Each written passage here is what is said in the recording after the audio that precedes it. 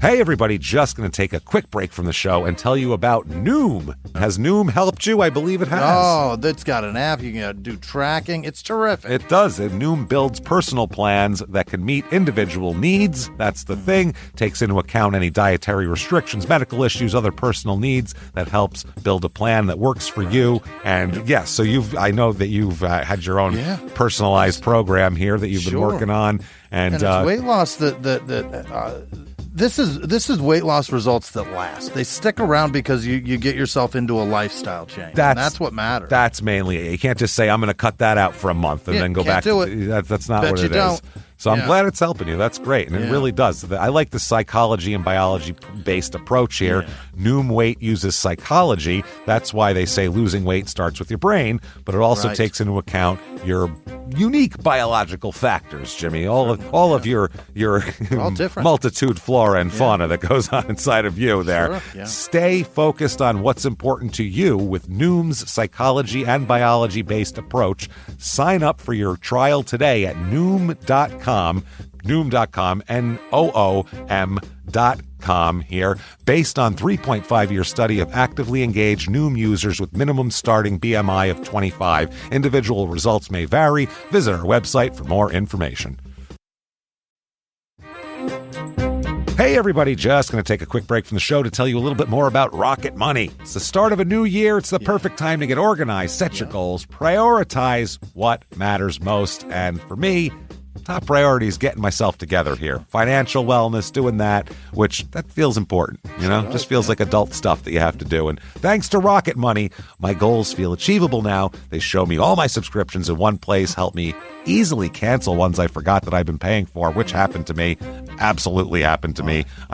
For years, I was paying for something. I was like, what is going on here? Rocket Money found it and saved me lots of money since then, because it's been a while. So they did a great job here. Rocket Money is a personal finance app that helps find and cancel your unwanted subscriptions, monitors your spending, and helps lower your bills so you can grow your savings. Rocket Money has over 5 million users and has saved a total of $500 million in canceled subscriptions, saving members up to $740 a year when using all the app's premium features. Cancel your unwanted subscriptions and reach your financial goals faster with Rocket Money. Go to rocketmoney.com/smalltownmurder today. That's rocketmoney.com/smalltownmurder. rocketmoney.com/smalltownmurder. Now back to the show. In the depths of an Atlanta forest, a clash between activists and authorities ends in tragedy. I'm Matthew Scher, and on my new podcast, We Came to the Forest, we expose the hidden truths behind a shootout that left one activist dead and countless lives forever changed. Binge all episodes of We Came to the Forest ad-free on Wondery Plus. This week, in Brighton, New York, a perplexing mystery unfolds after a horrifying axe murder is discovered in a quiet suburban home, leaving police suspicious of the spouse even though there's a career criminal down the street. Welcome to Small Town Murder.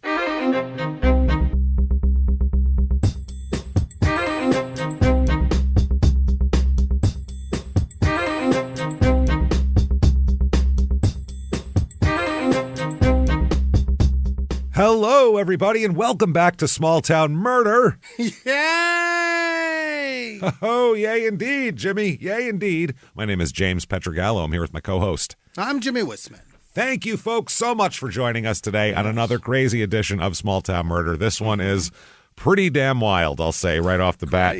Can't wait to get to that. A real perplexing mess of a case here. We'll get to all that. First of all, though, absolutely head over to shutupandgivememurder.com. Get your tickets. Tickets for live shows are live right now for 2025. Yep. Some places we've never been before, like Grand Rapids.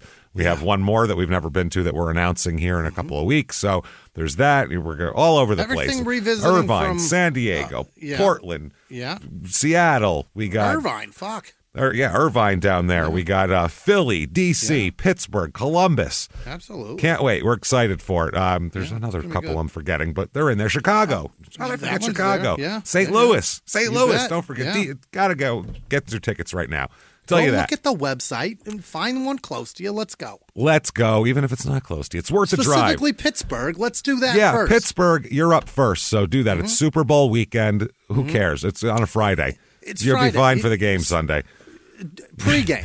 Pre-game it. Get your liver primed. Let's party. That's right. Shutupandgivememurder.com is where you get all of that. Also, check out Crime and Sports and Your Stupid Opinions, our other two shows. Oh, yeah. And if that's not enough, go to Patreon. Patreon.com/CrimeInSports is where you get all the bonus material. Yeah. And there's a ton of it. Anybody $5 a month or above, you're going to get a gigantic back catalog of stuff you've never heard before. Hundreds of episodes of bonus stuff. Then you get new ones every other week. One Crime and Sports, one Small Town Murder, and you get them all, baby. Get it all. That's right. This week for Crime and Sports, we're doing back to personal ads. Oh, Fantastic. It's been a while. Yeah. Can't wait for some more old-timey personal ads. Those are a lot of fun. Always a popular... A hoot. Oh, always a hoot. And then for Small Town Murder, we're going to do something very cool and weird. We're going to talk about the West Memphis 3, which Terrific. people have been waiting for. And we're going to specifically focus on the beginning and how the hell any of this shit happened. How did they fuck it up so bad? How did we get to the point where we were at? You know what I mean? Yeah. Like, how do we get pre-documentary, pre-Paradise Lost? What was bumbled? How did this even be a Bungled? thing that happened? Fumbled. Bungled and bumbled. Ruined. And fumbled. Fumbled, Yeah. bumbled, and bungled all up at once. Check all that out. Patreon.com/CrimeInSports. And you get a shout out at the end of the show, too. Jimmy will mess your name up real good for you. Don't worry about that. So that is fun stuff. That said, disclaimer time. Hey, everybody, this is a comedy show. Unfortunately, it's also a show about real murder that happened. Just So find out. it's in case you're wondering, nothing's made up for comic effect. We're not like, oh, let's embellish that because it'll be funny. No. These are real stories, and you just got to find the weird stuff in them. And you might say, how did true crime and comedy go together? Well, very easily if you do it right. That's the thing. The thing is, you never have to make fun of the victim or the victim's family. Why, James? And there's a reason for that, because we're assholes. But We're not scumbags. See how that works? Yeah. It's real easy to do. So if you think that true crime and comedy, though, are never go together and you don't want to hear that, well, then I don't know why you're even listening to the show. Right. But it might not be what you think, so check it out. No complaining later. That said, everybody, I think it's time to sit back. Let's all take deep breaths. Here we go. Arms to the sky. Let's all shout. Shut up and give me murder. Let's do this, everybody. hey, Let's go on a trip, shall we? Yeah. Let's get into this. We are going to New York this week. yeah, Been a while since we've been to New York, actually. Sure So has. going to be a thing here. We are going to Brighton, New York. This is in western New York, outside of Rochester. Like, it's only about 10 minutes outside of Rochester. So this is like Rochester suburbs, which is about an hour and 15 minutes away from Buffalo. Okay. So kind of up in that cold lake effect snow quadrant of the state there. Almost 6 hours to New York City. Golly. And if you look it up on a map how to get there and just say, Brighton, New York to New York City, you have to go through 2 other states to get there. Jesus. It goes Pennsylvania, then New Jersey, and then you go up to New York State, to New York City. If you went through New York, it takes even longer. It's fucking crazy. And it is about 3 hours and 15 minutes to Walton, New York, which was our last episode from New York, which was Runaway Husband, episode 502, which was a fun episode. So this week, there's the county for this week's show is in Monroe County. Brighton, New York is in, and it is area code 585. Yeah. And a little bit of history here. The town was named for Brighton, England, obviously, which looks nothing like this. That's a beach town with all sorts of piers and boardwalks and like Ferris wheels and shit. It's definitely not A gathering place. It's definitely not a cold gray Western New York suburb for sure. Dump snow. One of those. The first Europeans in this area were French trappers in the 1600s who would visit here but didn't settle here. They're like, listen, we'll go up there and get some fur and then go back to where it doesn't snow 4 feet at a time. Thank you. English colonists built permanent structures in about 1790. So took a long time for that to happen here. And they have formally established a town in 1814, making it one of the oldest towns in Monroe County. Okay. It was mainly a farming community, and they also made bricks here. Seasonably farming, obviously. Yeah, seasonably. Yeah, that month, that 3 weeks of summer that you get, I feel like is a big deal. And the rest of the time they got fires burning. They made bricks. Yeah. Wow. That's how it happened. But it was like farms and brick manufacturing, and then it slowly became suburbs, like an upscale suburb, basically, of Rochester when they got rid of all that shit. 1999, the town purchased 64 acres with the intention of developing a Central Park. They don't have a Central Park. With the intention. Intention. Yeah. They bought this land, and now it's still there, but it's not exactly a landscaped park. They'll get to it. Yeah. They also I got a lot of projects like that around my house. I get it. Oh, I have tons of shit. I've been sitting there for 2 years. Yeah, I'll get to it. I just usually don't purchase 64 acres of land first. It's the only difference. They had the Alcoa Carefree Home back in the day, which was the first. It's become Alcoa is the aluminum company of America, by the way. They're a big deal. And back they were an even bigger deal when we made shit out of aluminum more than just cans, basically. So and back they wanted to make aluminum houses. Oh, so they had these model homes. This is there that you could see, and they built all these model homes, and then nobody ever said that's a good idea. So they never built their house out of this shit. Didn't work. Because, trailers and stuff. Yeah, a lot of people with aluminum houses. No, not on a foundation, I'll tell you that much. You know what I mean? Yeah, exactly. That's what. Then after that, they were like, okay, people don't want to build their homes out of aluminum. What if we just fucking encase the home in aluminum? How about that? Maybe that we can get them to do that. The Stone Tolan House is also here, which is a historic place. It's just a really old farmhouse. Okay. That's there.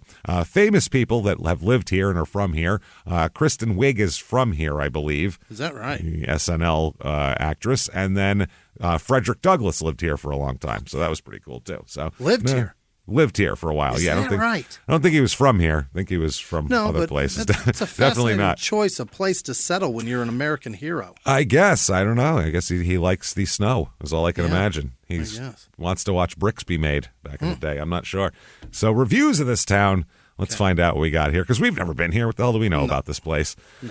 Here is one. Here's 5 stars. And this is basically a review of a shopping plaza. It has nothing to do with the town. I love it when people completely misunderstand the assignment and give you something that nobody wants. But this is the reason Frederick Douglass was there. That's what he was there. Well, yeah, he was there for the Brighton Commons Plaza. I believe he's the founding member of it, probably. Yeah. It says 5 stars, shopping, services, and a great blend of dining. Brighton Commons Plaza is my favorite with easy parking. The merchants offer a variety of shopping options, from gifts to upscale furniture and clothing, consignment, and golf tech for year-round lessons. Everybody knows Frederick Douglass loved golf tech. Well, he liked the year-round lesson. See, Frederick Douglass, everybody knows he had a long drive, but his short game was shit, and he really wanted to work on weak, it. It was weak, and it's terrible. Chipping. Yeah. Oh, my God. You get that guy in a sand trap. Fuck it. Just there all day. Give him 12 strokes and move on, because it's going to take a while. He's no good. He needed help. Terrible. A spa, bridal salon, orthodontics, hair salon, dining, tailoring, and the best custard. Okay. All righty. One of Rochester's most recognized original shopping plazas. Again, this is on niche.com for the town of fucking Brighton. It has nothing to do with this plaza. I got to start looking for good custard. I'm telling you, I've never once been like, where can I get good custard? Yeah, never thought of it. Never once happened. Didn't even know there was whole stores just dedicated to custard. Custard and Sons. I never even had any idea. 4 stars here. Yeah. You have it all you would need. You do. You have it all you would need. The beautiful water's edge, the lush green parks, acres of apple orchards, wildlife runs free. The suburbs of Rochester is just a majestic place to reside. And now we know. The suburbs of Rochester is keeping it a secret. Majestic. Yeah. Like Alaska or something. It's majestic. Okay. Then 2 stars. Finally, this is amazing. 2 stars. The people here seem friendly on the outside, but a lot of them will insult you or talk bad about you behind your back. That's the whole review. Okay. Shit-talking, backstabbing sons of bitches in this town. On the outside, they look pleasant. There they are, eating their custard, looking all happy. Yeah. You know that judging the shit out of you. You know what's behind that, though. You know what's behind that custard grin. So custard-eating grin. You custard-eating bastards. Brighton, full of custard-eating motherfuckers. That's what it is.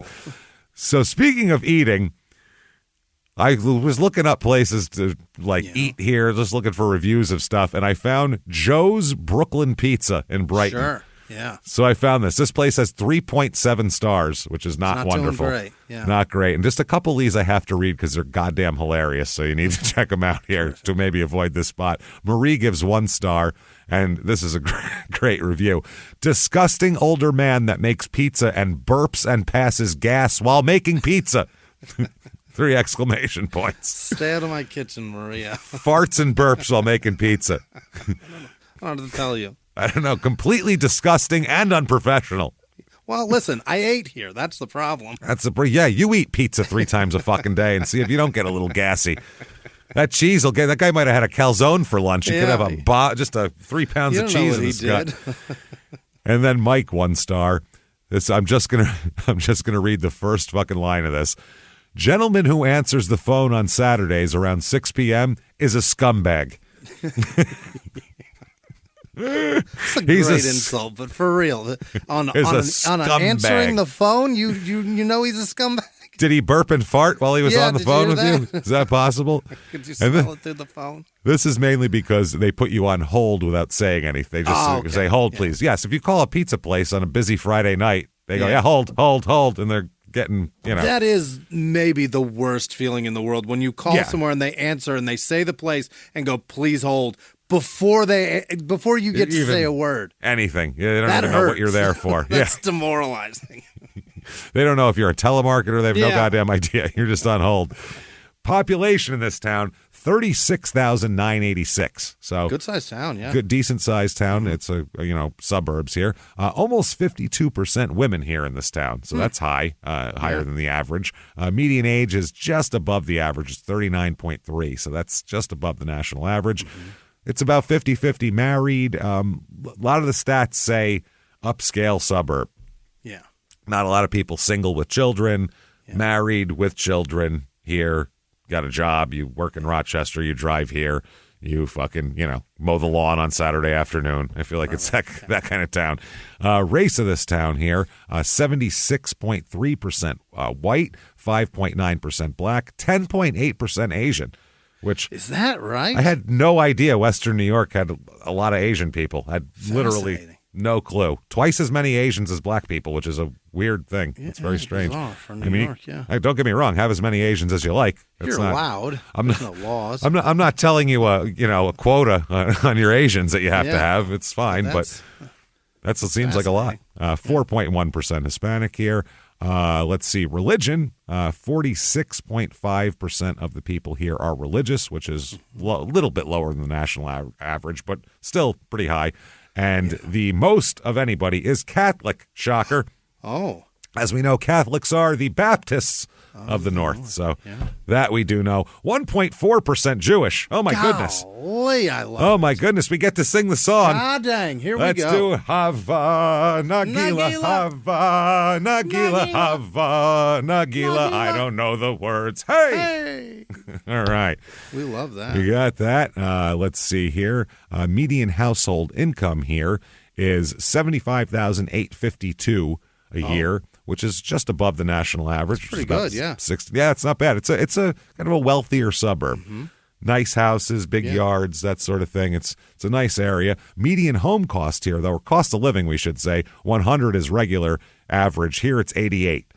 Yeah. So a little bit lower. Housing here, median home cost $289,900. That's pretty good. Not bad for a nice upscale suburb here. Yeah. And maybe we've convinced you that the only place you can lay your head is Brighton, New York. And if we've convinced you, we have for you the Brighton, New York Real Estate Report.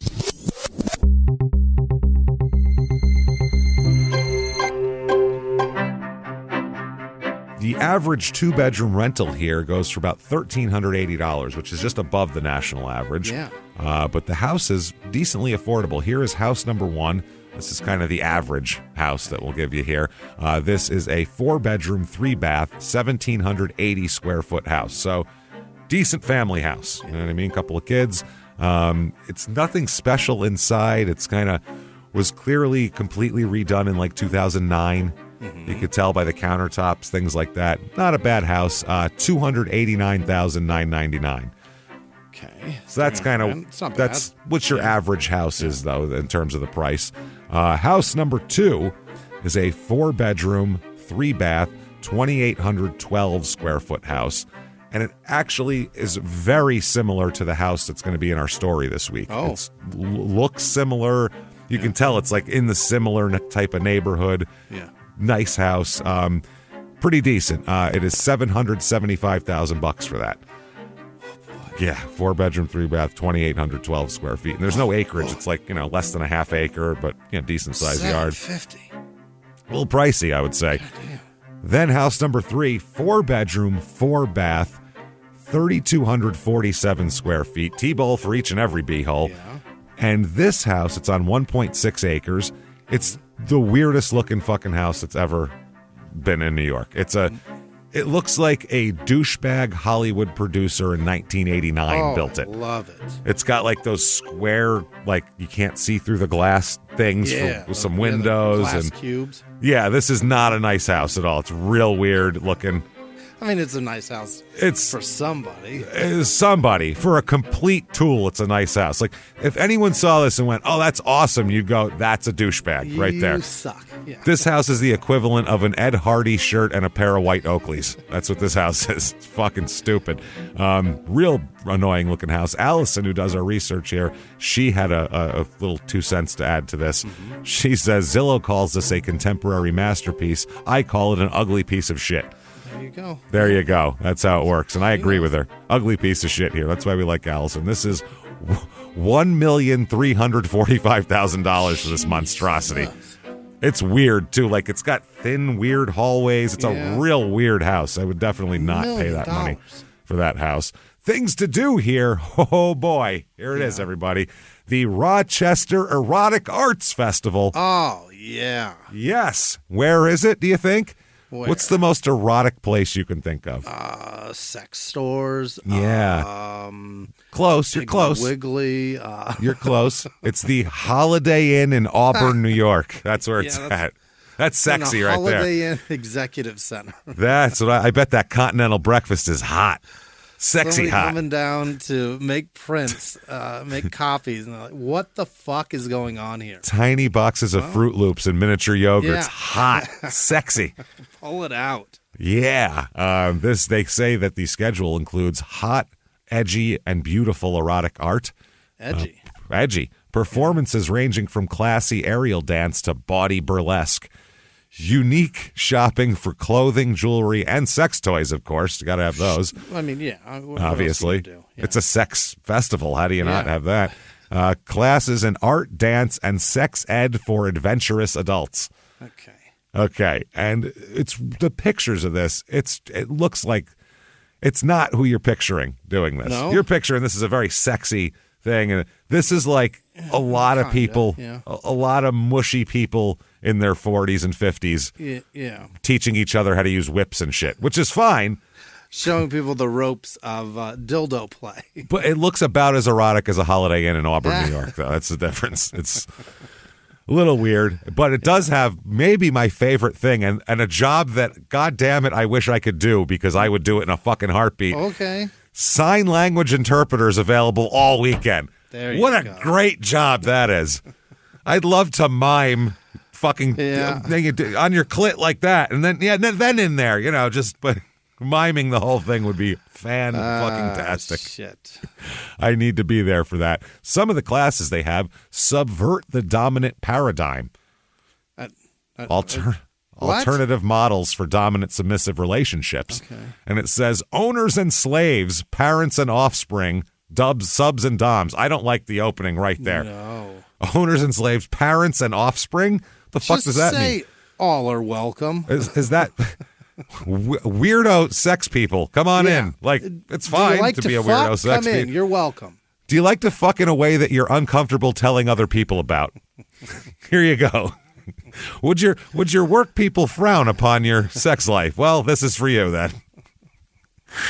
So yeah, it says in a world that celebrates the erotic imagination, it's funny how limited our relationship models tend to be.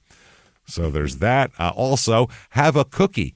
using rewards in your BDSM relationship. Oh, or do that too. I think that is self-explanatory. You do the right thing, you get a cookie, apparently. Rewards, which is what I want when I'm fucking, is cookies. Always. And then, for your own good, using punishment in your BDSM relationships.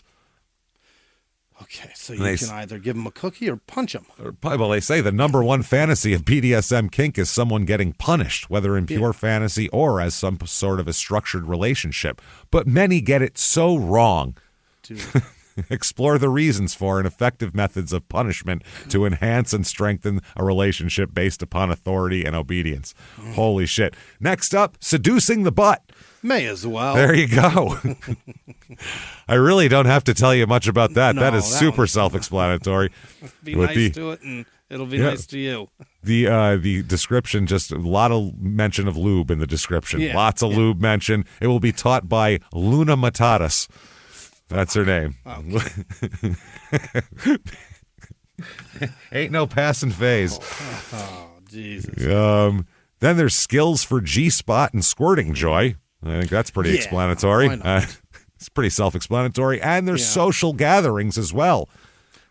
There's a, of course, you got to take this newly learned information.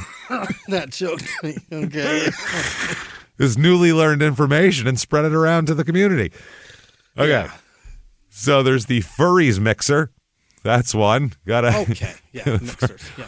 Whether you have a fursuit or not, or just love furries, you're welcome to come hang out and make some new friendships. They missed they could have said fur ships right there, and they missed it. They blew it. You blew it, guys. And then if you're really into that, there's a pet play mixer. That's the petting zoo, right? Yeah. Are you interested in active in pet play? This is an opportunity to meet other pets and pet owners, ask questions, dress as a pet, and cavort with ponies, puppies, kitties, and more. Cavort. Yeah. And whatever other dumb fucking costumes these idiots put on them. Then there's a Littles Social and Craft Hour. Does that mean children? Are there children here? Please tell me that there's an age restriction on this. Like a daycare center so you can go figure out how to come. No, this is for baby people. No. Yeah. No. Join your Littles friends and their middles, mommies, daddies, and caregivers for fun activities, snacks, and networking.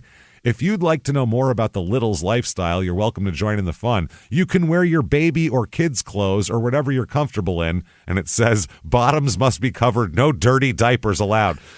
You have to tell people, please don't shit yourself in public. The fact that you have to tell them that. Break character at least a little, please. Holy ball. Yeah, for use the bathroom. Sake. Then they close it out with Sibian rides. Yeah. Which, if you don't know what that is, how are you going to follow machine. That? Yeah. Yeah, it's a fuck machine. You can't follow. That's a closer right there. That's the headliner. If you can't come all day long, don't worry. The closer will do it. Don't worry. Oh, my God. There's also a dungeon orientation, a swingers 101. And then follow it all up with a breakfast buffet with omelet station, because that's what I want after all this. On the last day, we will have an omelet and check out. Make me a nice Denver omelet. So once I've watched people in baby clothes fuck each other. Been rearranged on the inside by a Sibian. Have a Denver omelet. Yep, it's only $16 for the omelet station. Crime rate in this town, what we're interested in here. Property crime just below the national average, so not too far below, but a little bit. Sure. And then violent crime, murder, rape, robbery, and of course assault is about 1/3 of the national average, so very low. Yeah. Very low murder rate here. That said, let's talk about murder. What do you say, everybody? Yeah. Let's do it. Let's talk about some people first off here. Let's talk about James Krauseneck Jr., Sure. All right. James Krauseneck Jr. is born in 1951. He grew up in the small town of Mount Clemens, Michigan. That's where he's from. I think it's outside of Detroit, but like suburban Detroit. Yeah. His family owned a carpet store. That was Krauseneck Carpets. Jesus. You can just smell it in there. Yeah. Like a 60s carpet store. Flammable carpeting. Yeah. Hasn't been made fire retardant yet. Yeah, but it's got a chemical on it. You can't tell what it is, but there's a chemical on there. You don't know what it is. You smell some shit. Yeah, it's a sheen of some kind. You walk in and you go, that chemical. What is that? Yeah. I smell something. Your house will smell like this. Oh, for like a year and a half. Yeah. Unless you really smoke a lot. Then it'll, back then they go, I suggest smoking like 2-3 packs of cigarettes a day in here. It'll kill that carpet smell in a while. Don't worry about it. So he meets a young lady named Kathy is what she goes by, Schlosser. Now, she's born in 1952. They're like in the same class in school. So they meet in school, and they're just friends in high school. They're not going out or anything like that. But later on they will. Now, she is born to her parents, Mr. and Mrs. Robert Schlosser. She's the second oldest of 6 children. Oh. So I don't even know what the identity would be there. You're not a middle kid. You're not one of the younger ones. You're not the oldest. Tough. Yeah. Kind of stuck in the middle there. Her father was a truck driver, and then he ran a gravel business named Schlosser Trucking. God, so damn. Robert sounds like a tough guy. He's been through some he's got very hard hands. Yeah, and I feel like if you run a gravel business, your voice is like this all the time, it's no matter what. Yeah, you're gravelly. Yeah. I feel like you could have a perfectly fine, speaking voice and everything, a singing voice. And if you bought a gravel company, as soon as the paperwork went through, you'd be like, hello, Petrogallo and Wisman Gravel. Yeah. It'd be a fucking disaster. It sounds like your larynx makes the gravel. Yeah, that's how you're making them yourself, pumping them out. Now, her mom would make all sorts of Polish food. Oh. And that's a big deal. Like, Kathy would have all the friends from her neighborhood would be over. Her yard was like the spot where they all played and played soccer and hung out and shit. So the mom would make Polish treats for the kids here. Come on over and have some food that tastes like it's turned. Come on over and have things with kraut on it. Come get a pierogi is what that is. That's really the only, outside of like edible, right? Polish sausage or whatever. Like the only thing that I know is Polish is a pierogi. I'm not a fan of Polish. Nah, they're okay. Pierogies are fine, but that's German. Yeah. Yeah, I'll take a Polish. Shit is like, it's sour. So's German shit. Where do you think sauerkraut came from? Yeah, but brat's got there's some seasoning in there. I don't know what it is. Yeah, brats, I love a brat, but sometimes they're a little too plain tasting for me. There's not enough ginger or whatever the fuck's in it. I don't know what the fuck it is. It's just kind of that either. It just tastes like meat they've taken the flavor out of sometimes. Okay. So you have to load it up with mustard and all that. Like I'd rather throw like a fucking hot Italian sausage in a bun. That's better. That I can deal with. Yeah, hot links are fine, but it's just a Polish is. I've never had one that I was like, I'd do this again. It's never great, no. But it's okay. I don't mind it. Put a ton of shit on it to make it edible. I'm going to throw some mustard on there. Otherwise, it's just pierogies, which are basically Polish ravioli. Hey, everybody, just going to take a quick break from the show to tell you about the safest sponsor ever, Simply Safe. Absolutely. These people will keep you safe. It's amazing. You know that every 26 seconds a burglary takes place in the United States, according to the FBI. That means that by the time this podcast is over, dozens and dozens of homes will have been targeted, ransacked. God knows what happens here. So protect your home before it's too late with Simply Safe proactive security system. Simply Safe helps stop threats before they even have a chance to break in. Named Best Home Security System by U.S. News and World Report 5 years in a row. And by us for about the last 8 years as well. If you trust us, believe me, you want Simply Safe. So visit simplysafe.com/small to claim 50% off a new system with professional monitoring plan and your first month free. That's simplysafe.com/small. There's no safe like Simply Safe. Now back to the show. This show, Small Town Murder, is brought to you by BetterHelp. Get yourself some therapy, everybody. Honestly, here. We often hear about, red flags that you should avoid. Hey, that's a lot of a thing. It's become a real phrase now, real cliche. But why don't you focus also, you look at green flags in friends and partners. Look for good things as well. Right. And maybe you're not sure what that looks like, though. Therapy can help you figure that out. What are positive things? What are the green flags? And then you can practice them in your relationship. It's absolutely a fact. And so, honestly, we absolutely are huge advocates for this. It really, really helps. BetterHelp is fully online, making therapy affordable. It's convenient. They serve over 5 million people worldwide. You can access a diverse network of more than 30,000 credentialed therapists, wide ranges of specialties there. Here's the coolest part.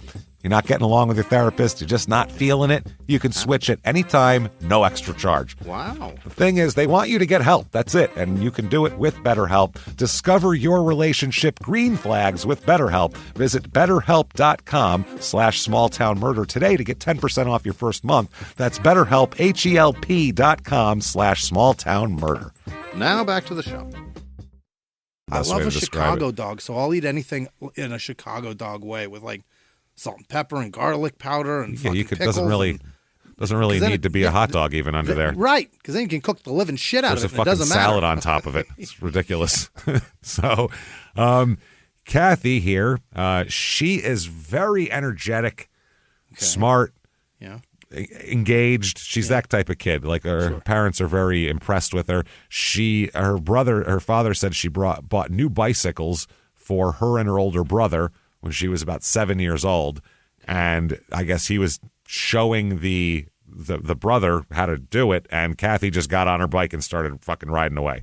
Oh. So she didn't even want instructions. She's that kind of kid. Just didn't know how to ride. Just didn't do it. Yeah. So they had a half acre property, which is kind of seems like what most of the properties are here, about a half acre. And that was, like I said, the gathering place for the kids. They played soccer. Robert Schlosser said they broke the windows all the damn time playing soccer. Mm-hmm. She said they were breaking it all the time. The front window and the basement window. Well, I guess that's kids are being kids. They're playing soccer. They got fixed window money? Good for them. They got fixed. Well, yeah, trucking gravel does I guess, apparently. That's crazy because it's funny because I wouldn't be mad at my kid for breaking a window for playing ball. He's fucking off or doing something but playing ball. But when I was a kid, I broke a window and my grandmother beat me with a broom handle for it. Oh, my God. It was a baseball, for fuck's sake. I didn't even throw the rock. Somebody else threw it, but I was with them. Oh, no. And my mom had to pay half, and she was livid. I bet. Shit. It's a big picture window. Grandma didn't know about grounding. She only knew about beating. They don't have grounding in Italy, apparently. They just beat you until you're too sore to go anywhere, and that's grounded, I guess.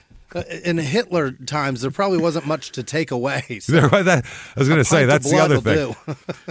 Where she grew up and when she grew up, it was basically like being Amish. Like my old joke about, got to be hard to be an Amish parent because there's nothing to take away. That's the fucking, that was a premise of a joke, and that's exactly what it is. Yeah, what are you going to take away? Chores? What do you got? Nothing to take from these people. Yeah. So Kathy's such a nice person, too. Her friend talks about how this is the friend's 10-year-old sister was killed by a drunk driver in 1969. Holy. That's brutal. So shortly after this, the girl's father suffered a massive stroke that left him paralyzed on one side of his body. Okay. So Kathy was so nice when she would come home from college, she would go over to visit this friend's father to like help him out for a few hours a day because she's just a nice girl. She's very nice. How about that? She doesn't even believe in curses. That's nothing at all. I would never go over there. No, that place is fucked, man. That place is a disaster. Her friend said she was everybody's friend. That's the way she was, Kathy. So they met each other. Kathy and Jim meet each other in high school, but they don't start dating until they're both in the same college. Oh. Like, oh, you again. I remember you from my math class. Let's go out. In the halls? I already know you, so it's easy. Western Michigan University is where they went. Okay. They both lived in the Mount Clemens area, which, by the way, is about 30 miles northeast of Detroit. And but in high school, didn't know each other very well. Hook up in college later. Sure. James also very active. Oh. And from his high school yearbook here, I have his activities. Yeah. Swimming, booster club, German club, key club, golf, council, cadet, and teacher assistant. He does. That's busy. That's a lot of I did nothing in high school outside of go to class the minimal amount of time so they won't call your fucking parents and get you in trouble. That's it. That's what I knew. I did yearbook because I was a quote-unquote photographer, and so I was able just to go walk. It was great. That's fun, yeah. Yeah. That's still too I wasn't going to. Shit. That's still like I would have had to know what room to go to and like I used a shitload of film. I bet. Yeah. Shitloads of it. Just making excuses to walk around and look at girls at that point when you're in high school. Snap pictures of shit I'm not supposed to take pictures of. Yeah. So they went to Western Michigan University in Kalamazoo. And basically, Jim would sometimes drive her to and from campus on breaks because they're from the same town. And that's how they ended up getting together. So they started dating. These, you get about a half-hour ride, a little time to talk. Probably more one-on-one time than you get with most people in college. So one of the first times after they started going out, Jim tried to come over to the house. Kathy invited him over, wanted to introduce him to the parents. She was come meet the fam. Yeah. Kind of serious about him. Robert, the gravel man, said, quote, "I threw him out." Is that right? Didn't go well. Robert said, "He came barefooted, and I told him to go home and get a pair of shoes on." You got to understand when this is. It's 1969. So we're talking Woodstock, and literally, this is the time when kids walked around with no fucking shoes on all the time and shit. And the older generation was having none of it. None of that. He didn't even want you to have you are, Bob Dylan. Fucking sneakers on. Yeah. They wanted you to have wingtips on. Yeah. Never mind no shoes. Sneakers were considered, you fucking loser. Put on some pleated pants pulled up way too high, you fuck. What's wrong with you? Put on greaser. Put on a pair of pants, pull it up to your sternum, and go out and do something. What's wrong with you? You headed to the sock hop. Come on. You lazy bastard. So at the time, and Robert's not like a hippie type. I think he's just fitting in, basically, because he'll become an economist later on. He's a very much a kind of a nerdy guy. He's not really. None of those clubs said hippie to you, did it? No, that doesn't scream. None of those. Free love and marijuana. I didn't see a macrame class in there or anything. Nothing. So Krauseneck learned his lesson and then came over dressed properly and was like, "Oh, you don't fuck around with Robert Schlosser here." Yeah. So then they said after that, once he came back with shoes on, then the family saw him as a fine young man, clean cut and quiet and kind to Kathy. So they were okay with him after that. Just needed to have some shoes on. That's all. The shoes. It's a big deal. It's a big deal, man. So back then, now, May 3rd, 1974, they're going to get married. Okay. So they're both about 22 at this point. Mm-hmm. This is right after college. They probably waited till they graduated college, which was kind of the thing to do back then, kind of how it went.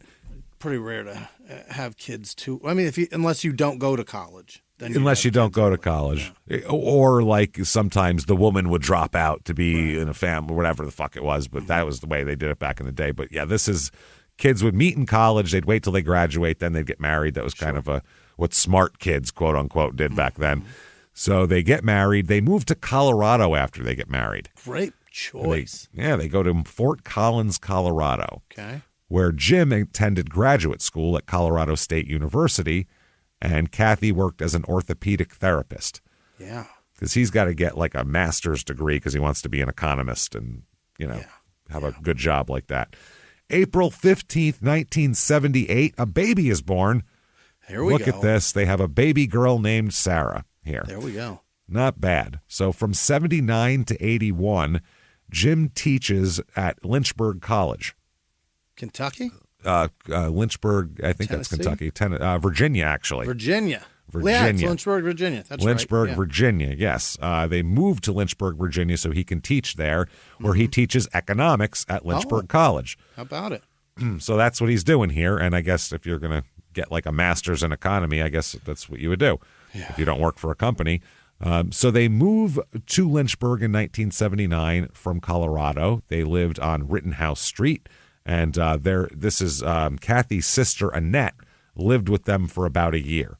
Okay. At the time. I don't know why, but what she was doing. But she said, this is the sister, said that Kathy was just the best person in the world. Okay.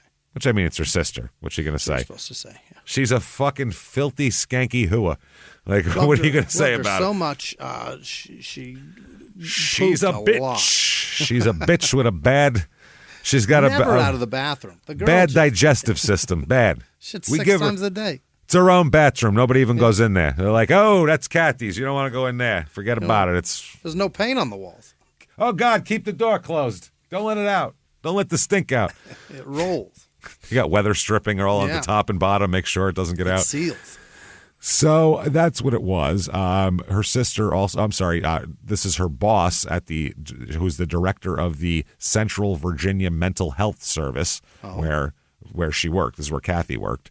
This woman said that Kathy knew so much about babies, pediatrics, and occupational therapy. She was so talented. Mm-hmm. And that's the thing. Wherever Kathy works, she's very popular. Mm-hmm. She's very, and also thought to be very competent and popular socially, and people like her. She's very magnetic.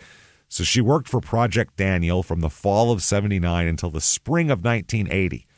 Now, the project officials wanted her to come back and work for them, but they said that they were never able to contact her after she left Project Daniel. The director said, I was concerned about her. Couldn't get a hold of her. Mm-hmm. Meanwhile, it's because they moved. Yeah, that's they're why. Not even in the state, man. Yeah. So when she quit her job with Project Daniel, she did it because she said she wanted to spend more time with her daughter. Okay. And the woman said she kept saying her child was young and she didn't want to go into full-time work. Yet they kept calling her and bothering her. She told you she didn't want to do it. Right. I want to be home with my family. Yeah, that's it. She gave you 2 weeks. She said her, Leave the fuck alone. Letter of what is it? Well, yeah, letter of resignation. There's the word. Yeah. Too big. But if she says my kid is a baby and I want to spend time with my baby, you only get that one period. Yeah. Leave her the fuck alone. Let her deal with your own bullshit. Jesus Christ, man. So now a friend of hers, of Kathy's, received a letter from her at one point and said she was very aware, really bright. She was a feminist. She believed strongly in raising her daughter. She talked a lot about having more children. So that's what she wanted to do. Yeah. It's where she wanted to focus her energy on. Her friend described her as happily married. She said they made every decision they ever made together. They got along well. She was very outgoing, very sociable. And he's not bad either. He's not like a drag either. He's a decent guy. He's got some shoes. He's good. Is that right? She's described as having long blonde hair, being 5'4" and weighing 100 pounds. Her friend said she was beautiful at the time. So she said she's very interested in life. She, quote, dabbled in everything. They did all sorts of shit. This is in the 70s. They did yoga together, which in the 70s, there was only a few people doing yoga who weren't in a cult in the 70s. Mm-hmm. There was like cults that did yoga, and that was it. There was very few like normal just classes. It was considered really out there. And some of stretch. it still is pretty fucking weird. But it's weird, but I mean now it's as mainstream common, as it gets. Now it's every suburban mom gets their stupid mat and goes and does it. Every clothing company makes a line that's just for yoga. Just for yoga, yeah. That's considered normal and healthy now. Mm-hmm. So at the time considered aberrant behavior. So September of 81, this is when they thought to themselves that this job that Jim has here teaching just doesn't pay well enough. I don't know what Lynchburg College pays their like junior professors, but probably not a lot. He didn't look at the pay scale before he started. Well, I think he just wanted a job and get his foot in the door somewhere. Just found what's the most high-paid teaching job, and he was like, I can deal with that. I mean, back then you couldn't Google it. All you could do is look for like people who needed people. Whatever. I don't even know what publications you'd look in to find a teaching job across the country. Who knows? Is that in local papers? Did they? I don't know. Or maybe it's somebody that knew him said, I'm going to Lynchburg. They're looking for an economy professor. Yeah. Do you want? I don't know how it worked, but either way, he said, I got to move to the corporate world and make some dough here. That's where it is. Yeah. I got a baby. I got my wife. I got to make some money for us here. So in 1981, he answered an ad in the Wall Street Journal for a job. He's sitting in Virginia getting the Wall Street Journal, probably a day late. And probably getting tomorrow's. Answering ads. Look at that. But that's how you did it back then. Expecting a response. That's crazy. That's how you did it back. There was no other choice. So he ends up getting a job at Kodak, which was, headquartered in Rochester at the time. Right. They buy a house on Del Rio Drive for $92,000 in 1981. That's big money. Yeah, that's an expensive house now. So that's a big deal. That house, $400,000 then probably. Yeah, probably even a little more. Yeah. That house, as we'll talk about now, we'll see what it's worth now later on. Okay. But it's a decent house here. So at this point, Jim, Kathy, and 3-year-old Sarah all moved to Brighton, which is nice upscale. Big move for that little suburb. Kiddo. Yeah. He's starting his new job as an economist for Kodak. They're like, this is it. Now we start our life. You know what I mean? So Krasanek left the college to work for Eastman Kodak, and she said that somebody from the college who ran his department said he was well liked by everyone, an extremely nice person, very even tempered. I took a class from him. He was an excellent professor. So not bad here. The area they moved to in Brighton, their street is a very nice, all the lawns are manicured. It's very, very nice upscale street. Definitely not lower middle class or anything like that. It's nice. Now, when they first get there, Kathy's pretty homesick. Oh, really? For Michigan, actually, not even for Virginia, for Michigan, because they moved to Colorado, then Virginia, now here. Yeah. She just wants to be back in Michigan. She talks about her family back in Michigan, her friends back in Michigan. What if we had all this in this nice house just in Michigan? That'd be so much better, basically. Yeah. So but the family, they did stuff together. They tried to get into it. The Krauseneck couple, they would take walks together. They would bicycle with the kid. They played tennis and racquetball together. Oh. It's a very 80s couple playing racquetball. It sounds like it's right out of an 80s movie, doesn't it? It's fascinating. There were little white two shorts groups, on them. There's two groups that play racquetball. It's like upscale, like people on their lunch break, or it's the white trash people that go on Sunday morning. Yeah. That's where we went. And that's called handball. That's not even racquetball. Well, we played racquetball in those like rooms with like the fucking steel door that would slam. Yeah, I remember it those. was terrifying. Oh, yeah. That's just a little box with a ball flying around at 300 miles an hour. Hot as shit in there. Oh, yeah, especially in Phoenix. So the friend of hers, though, said Kathy was somewhat disillusioned with Rochester. She said, I think Kathy's disillusionment could be related to the fact that they moved in the fall and resided here throughout the winter, and due to the cold weather, that could account for some disenchantment. Yeah, Rochester has long winters. They're fucking long, and they're brutal. And if you move there in October, you are in for it, man. You're not going to see the sun again till April, and it's brutal. And it's a little bit east of there. Was that Albany, I guess? From there going... That's way far east. Is it? Yeah, way far east. That's like 3-4 hours east. But from there to like fucking South Dakota, that whole region. Yeah, up there. Winter is long. It's long, and it's brutal. So that would make sense. Where you'd be like, Jesus Christ, this is rough. So February 16th, 1982, they've lived there less than a year. Yeah. He's working at his job. Everything seems fine. The Kodak decides that, I don't know what made them prompted this, but they decide they're going to do a background check on all their employees just to see.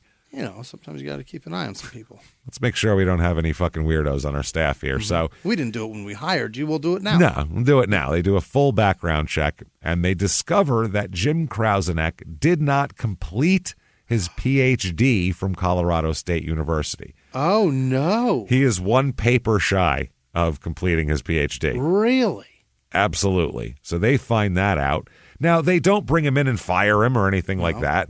They probably tell him, get that paper done. That's a good idea, yeah. And you're fine because, you know, he comes home and goes to work the next day. It's like nothing happened. So it's not, like I said, they don't threaten him. They don't tell him, you know, if you don't have it by this date, you're fired. It's none of that. They're just like, well, you know, we found that. You need to have a PhD for this job, so go finish it up. That was that. Fine. So that's the 16th. Now, February 18th, 1982, a couple days later, everything seems to be going fine. It's not like he's been, like I said, hasn't been fired or anything like that. The Krausenecks eat dinner at around 6:30 p.m. Yeah. Okay. Meatloaf for James and Sarah. They have meatloaf. 3, 4. This almost 4. Yeah, she can certainly. Definitely. Meatloaf for them. And Kathy had egg salad on lettuce. Oof. Yeah. There's a bowl of farts right there. That is a gal who is... Good Lord. You guys have the meatloaf. I'll do my own thing. Wow. My own thing is going to be crazy. It's going to be gross. But that's like diet food back then. Yeah. Egg salad on lettuce. Yeah, that's what people would eat if they were on a diet. Really? Then they drove to the bank in the car, the lone family car, and they're going to go in there to deposit Jim's checks. He's got some checks to deposit. Yeah. Whole family loads up in the... It's February and upstate. It's cold as shit. Well, why if the one whole person family's dies, we'll all loading up? die together. Yeah. Yeah, I don't know why.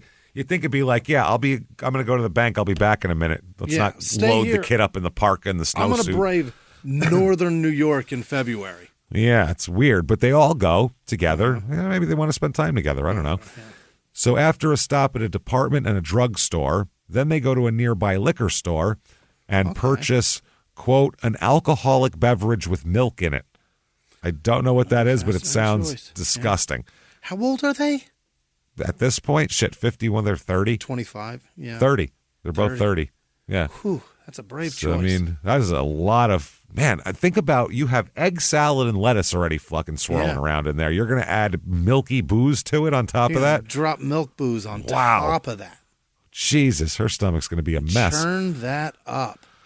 So at home, Kathy had a drink, I guess, of the boozy milk. And he had, Jim has 2 beers, and he makes shrimp for Kathy as well. She eats some shrimp a little late. Now, she's amazing.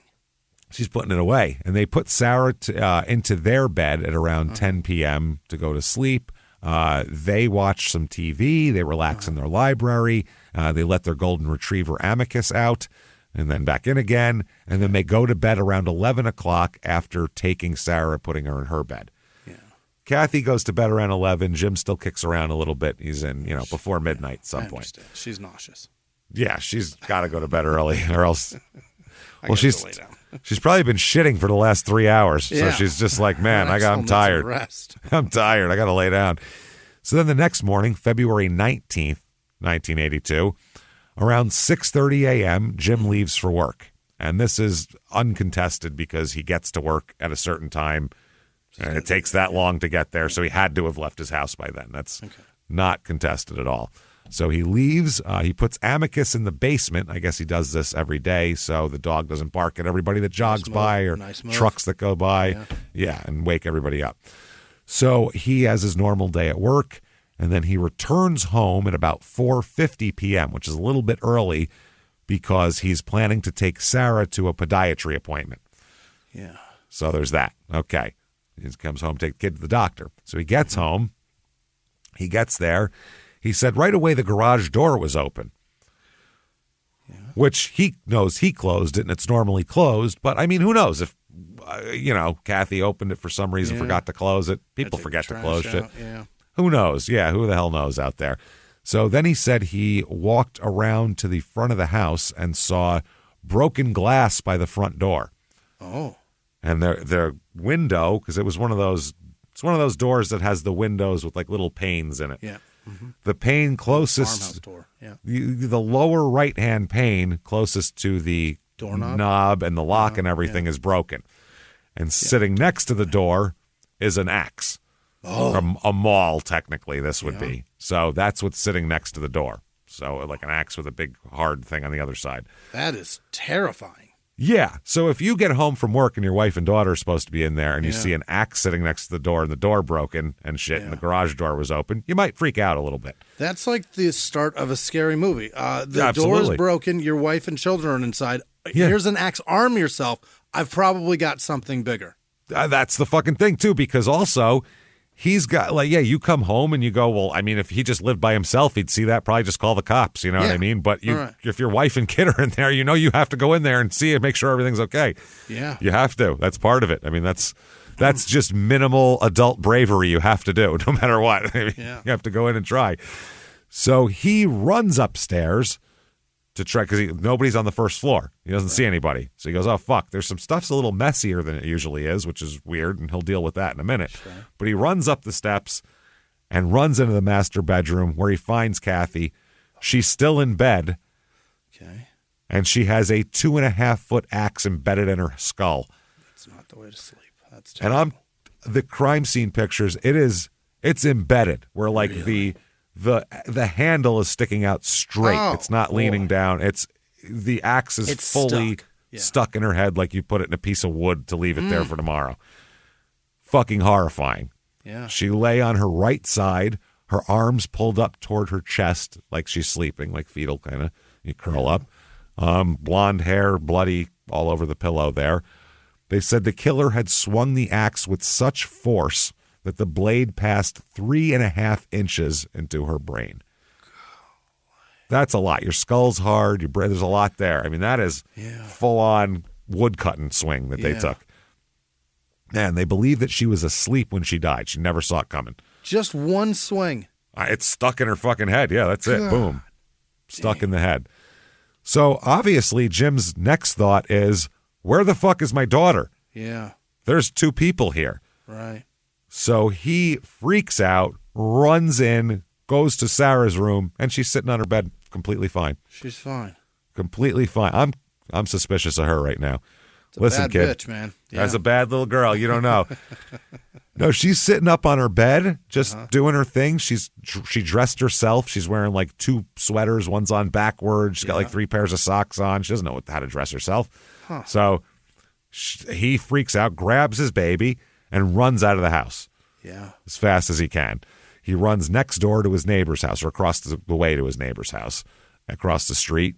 And the neighbor said when he came home a little before 5, he found the back door broken and went into the house, found his wife, grabbed the daughter, and ran out. They said the neighbor said that he came to the door clutching Sarah in his arms with a look of terror on his face. Yes, he would, yeah. Which I would hope so at that point. If he came over casual like he was going to borrow some fucking salt, that would be crazy. That's a different story.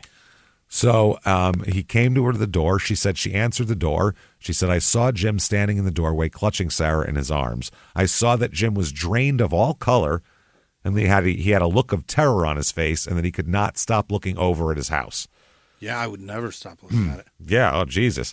So the neighbor asked, did something happen to Kathy? Is she okay? And Jim, then she said, is she hurt? Is she dead? The neighbor's going through like a list of things that could possibly be wrong. Yeah. And Jim replied, I think so. Her body is limp. That's what he told the neighbor. Then she called police and said that she looked at Jim and she said he appeared to be going into shock. He was starting to lose it. She said, though, he kept quietly asking Sarah whether she was okay, and that the neighbor said every time Sarah spoke, he would cry and hug and kiss her. And neighbor said, I also heard Sarah say to Jim, I'm glad you came home early today, Daddy. Yeah, I guess so. So Sarah was in the house all day with her mother's body down the hall. Wow. At 4. When her father walked in, curled up in bed with her clothes on, just doing her thing. She's 3.5. So the neighbor calls 911, obviously, and the cops get there very quick. They start arriving at 5:03. Wow. Upscale suburban neighborhood with a death call there for that shit quickly. Yeah. So they start arriving. They note that nothing is taken from the house, they said. And also both the axe embedded in the skull and the maul outside the door are both property of the Krasniks. There it is. They're from the garage.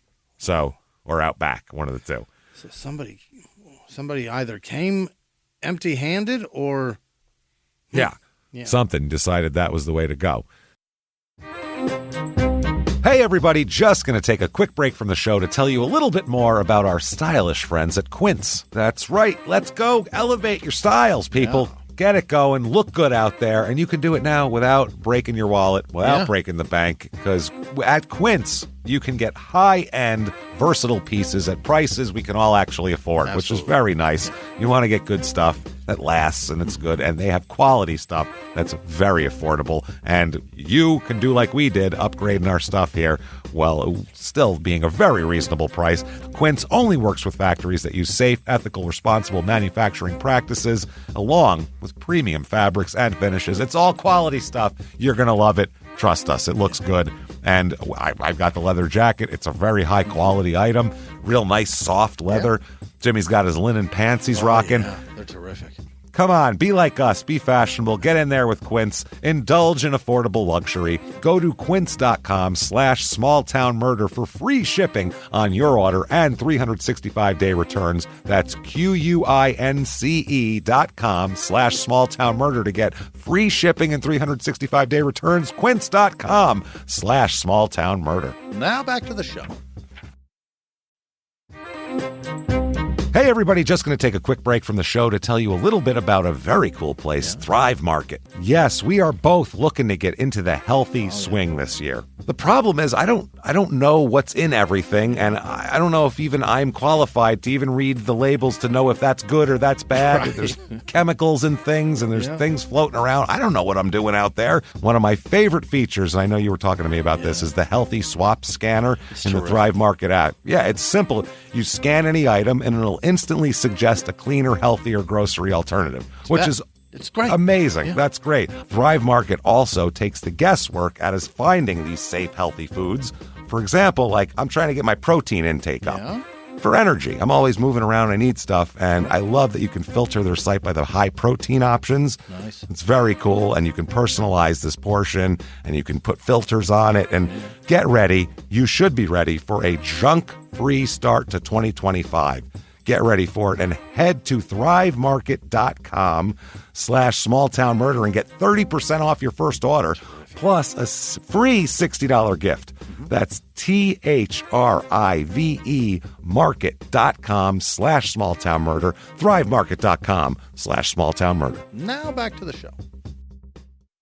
Experience furniture shopping the way it's meant to be at Mathis Home, your ultimate furniture superstore. From sofas to dining sets, from modern to classic styles, they have everything you're searching for. With over 230,000 items to choose from, you're sure to find exactly what you're looking for at a price you'll love. Plus, everything is in stock and ready for fast, free delivery right to your door. So you don't have to wait. And if you're looking to really transform your space, take advantage of our complimentary interior design services. Our expert designers are ready to help with any project, whether big or small. And right now, check out the Lazy Boy BOGO event at Mathis Home, happening now through March 1st, 2025. Buy one Lazy Boy recliner and get another one absolutely free. Don't miss this limited time offer. Only at Mathis Home, your ultimate furniture superstore. So she had been killed by a single blow to the head with an axe. They said that she was struck with an axe, one blow, and that was it, is the quote from the police officer there. They said, "We feel she was killed sometime prior to 9:30 a.m. She was still in her bed, still in her night clothes. She had no appearance of having been gotten out of bed." Right. So that makes sense. They said, the police in their statement said that Sarah spent the day in her own bedroom. She went into the bedroom where her mother was during the day also to look for her. Yeah. And she said that she just dressed herself. Now, the police, they say, obviously the press is like, who are you looking for this? Right. And they said that they have no suspects, but they're not ruling anyone out. We're looking at everything, trying to put things in place. They speak to Jim for about 5 or 6 hours that night. And the detective who interviewed him said he would go from being very deliberate with his answers to very emotional, or he would cry a little bit, which is not out of the ordinary. No, I would think that's very ordinary. Explaining stuff, then when the load of it hits you, then you're upset and you get your shit together for a little bit. Over the course of 6 hours, you can go in and out of that a lot. So he said that he saw the first floor and the broken glass, and he said, "I called for my family, didn't get any answer." He said, "I ran up the stairs and went into the bedroom. Kathy was in bed in our room, and she had been struck in the head with a long-handled axe. I saw the back of her head. I did not touch my wife." Okay. But she said she was limp, which I don't know how he would know she was limp at that point. Right. Yeah. That's weird. And she wouldn't be limp anyway. By now, she'd be in rigor probably. So I don't know if she'd come out of it by now. Not many hours, yeah. So they said Sarah had a red sweater over a pink sweater with a blue ABC corduroy pants and 2 pairs of socks. I'm wearing that He right said, now. I was going to say, this kid's got fashion sense. Yeah. She said, Jim said, "She looked dazed to me. I picked her up from her bed and ran downstairs and out the front door with her." Okay. So Krasenek's parents, Jim's parents, drive in from Michigan, arriving at the police station around midnight to support him. Yeah. Police suggest after hours of talking, and he's got the kid there and everything else, they say, "Listen, why don't you and Sarah go with your parents to a hotel and get some sleep, and then come back at 8:30 in the morning and we'll finish this. We'll talk more about this." Okay. So everyone said, "Okay, that's great. See you at 8:30 tomorrow." And everybody left. But the detective said he never came back. They said the family checked out of the hotel that morning and drove to Michigan. Gotta go, yeah. Which is that's not a good start here. I mean, I guess that's him saying, I'll tell him about it another time. I mean, I think that's pretty important to talk now, probably, for this. It is like homicide detectives. Yeah, they probably think, or he probably thinks they'll understand. They'll figure it out. Yeah, I don't know. So they're wondering, is this a burglary? Is this what happened? Yeah. So they said there were indications of burglary at the house, the detective said. They said behind the house they found a wood-splitting maul that had been used to shatter the glass. Inside, the detective described it as one of the most sterile crime scenes he'd ever seen, which is interesting. They're unable to find any forensic clues, no fingerprints, nothing like that. They did find what they thought looked like evidence of a staged burglary, they said. They said there were valuable items scattered across the dining room floor, including Kathy's purse and a tea set. Oh. So like a silver tea set, whatever. Like they said there was like a plastic bag there, a black plastic like lawn bag. Yeah. And like that shit in a pile in the middle, like someone was going to put that stuff in the plastic bag. Okay. Type of deal. So they said Kathy's purse was nearby also, with its contents strewn across the carpet. Okay. You can see this in the crime scene photos. There is a pile of shit, candelabras and all that shit, and then the tea set, and then her purse is there with shit coming out of it. So they said nothing appeared stolen, though. This was in the dining room on the first floor. They found this stuff. So at first they said they thought it was a burglary, but then they said everything seemed too neat. They said upstairs, downstairs, there was money, there was jewelry laying out in plain sight, things that a burglar would just swipe on the way and stuff in their pockets. Right. So they said it's interesting. They said, quote, "We didn't find anything taken from the house. All the indications of a burglary seemed to be set up." So that's interesting. So now they think that there's a staged burglary involved in this murder. So now they start to focus their attention on Jim. Mm-hmm. They go, why would a stranger stage a burglary? That's the main question they have. So February 19th, the day after the murder here, they said there was an absence of fingerprints in the house. Now, we're not talking an absence of weird fingerprints, aberrant fingerprints. They said they checked the entire house, everything in it, the axe, the walls, the doors, the doorknobs. They didn't find a single fingerprint, not even any belonging to the Krauseneck family. The family doesn't have any fingerprints. They're smooth-fingered people, these people. Or they're just wiping shit down. That's crazy. Imagine wiping down all your doorknobs all the time. Amazing. Like, even like the sink in the when you touch the sink, the toilet bowl fucking plunger, like none of that stuff. The handle, the flusher there. There'd be prints on something. They said, though, nothing. The detective said it was like nobody lived there. Okay. Even Sarah was out all day by herself. She didn't leave any fingerprints on anything. She's good. So they say the police say the killer may have worn gloves, but they didn't find any discarded gloves at the scene. Well, I mean, outside of OJ, most people don't leave their murder gloves at the scene. They usually don't stick around, Somewhere you throw that out somewhere else. They even took apart the tub and the sinks, checking for blood in the traps and shit like that, because they find that a lot. They found nothing. Now, it's hard to blame Jim at this point because Jim went to work. Yeah. So he would definitely have had to take a shower after that to go to work, so there would be blood in the drain, you know what I mean, in the traps. So in the garage, they did find a piece of carpet that had been removed from the first floor bathroom, washed and draped over a stroller to dry, but they don't know how long it's been there. That could have been there for weeks. They have no fucking idea. So they said the carpet and the liquid in the drains were sent to a laboratory for analysis, but got nothing out of that. Nothing at all. No old blood, no anything. No bleach. So nothing. No, no signs of cover up or anything. Drain water. That's it. That's it. So the detectives, the one sort of clue they have is a faint shoe print inside the trash bag near the tea set on the ground. Okay. It's a very faint, just a shoe print of, if the shoe was a little dusty and you stepped on it and you leave an impression. And they said it's very specific to a boat shoe. Okay, like a specific kind of boat shoe. Yeah. They found a pair of boat shoes that belonged to Jim in the house. Oh, that they say may have matched up, but they don't take them in for evidence at all. Oh, brilliant. Well, they don't grab those for later and to compare them. They don't do that. They just take a picture of the boat shoes sitting on the carpet, not their tread on the bottom, nothing. Right. Look, guys, there they are. Shoes. There's boat shoes. This is not the best police investigation going here. Not good. So they set up roadblocks and interview people at every home on the street and streets nearby.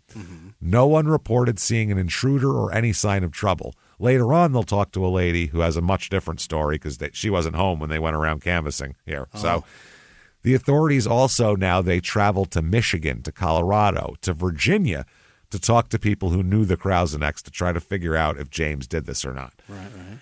They also check similar killings around the country to see if there's any connection. Nothing there, they say. Mm-hmm. So February 19th, 1982, they interview Sarah. She's 3.5 years old. This is, if you ever watched an interrogation, a 3.5-year-old, this is not the environment for them as far as getting anything out of them. You know, it's not going to work. So they do get out of her that she said she saw, quote, a bad man in the house. And she said he had a hammer in his head, the bad man, in his head. Then she said it was an axe in his head that he had. Oh. She also described the man's face because they said, well, what color was he? Was he, because they're getting a description, was he big? Was he short? Yeah. Was he fat? Was he tall? Is he white? Is he like him? Is he like me? Yeah. And she described his face as, quote, many colors. He's just super in trouble at HR. Super diverse. That's what she's all about. Yeah, she's like, he was a man of many colors. Yeah. That's what he was. You're not going to get me. No, not me. I'm not going to HR tomorrow. Fuck that shit. So the detective had their own interpretation of this. Yeah. They decide that Sarah was not seeing a man in the house, a bad man as described. She was just seeing her dead mother covered in blood, and that's the many faces and the axe in her head. Christ. Meanwhile, she said she saw a bad man walking around. Yeah. Which is, her mother wasn't ever walking around because she never got up. So what this a dark thing to right? see, too, and say that's what she's projecting. That's fucked up. So it seems to me like probably she saw a bad man and also saw her mother and is just conflating them together because she's 3. Right. She's just mixing the shit up all together. But she probably saw both, I would imagine. Mm-hmm. Then it comes out, there's an article in the newspaper and everything saying this is a cursed house. That's the problem. It's the house's fault. Yeah. It's practically poltergeist over here. That's the problem here. Because Kathy is the 3rd person to die in this house since 1977. Is that right? The 2nd person to die in that bedroom, exactly where that bed was, by the way, too. But the reason is, it's not like they were murdered or anything like that. There was an elderly couple who owned the house at the time. They died of asphyxiation there in 1977. Right? Yeah, the wife was found dead in the exact same bed, in the exact same placement of the bed and everything in the bedroom, whereas her husband was found downstairs in a chair, dead. The police found that they were overcome by fumes of their car. The wife had gone out shopping, came home, and left the car running in the attached garage and killed them both. I've never heard of that before. I've heard of that a lot, actually. On accident? A lot. Yes, there was. It happens. It's more common now, actually, really? Because cars are quiet now. Very quiet, and they have the buttons and not the keys. So you'd take your keys out and then go unlock your door. I know that motherfucker's off that way. Yeah.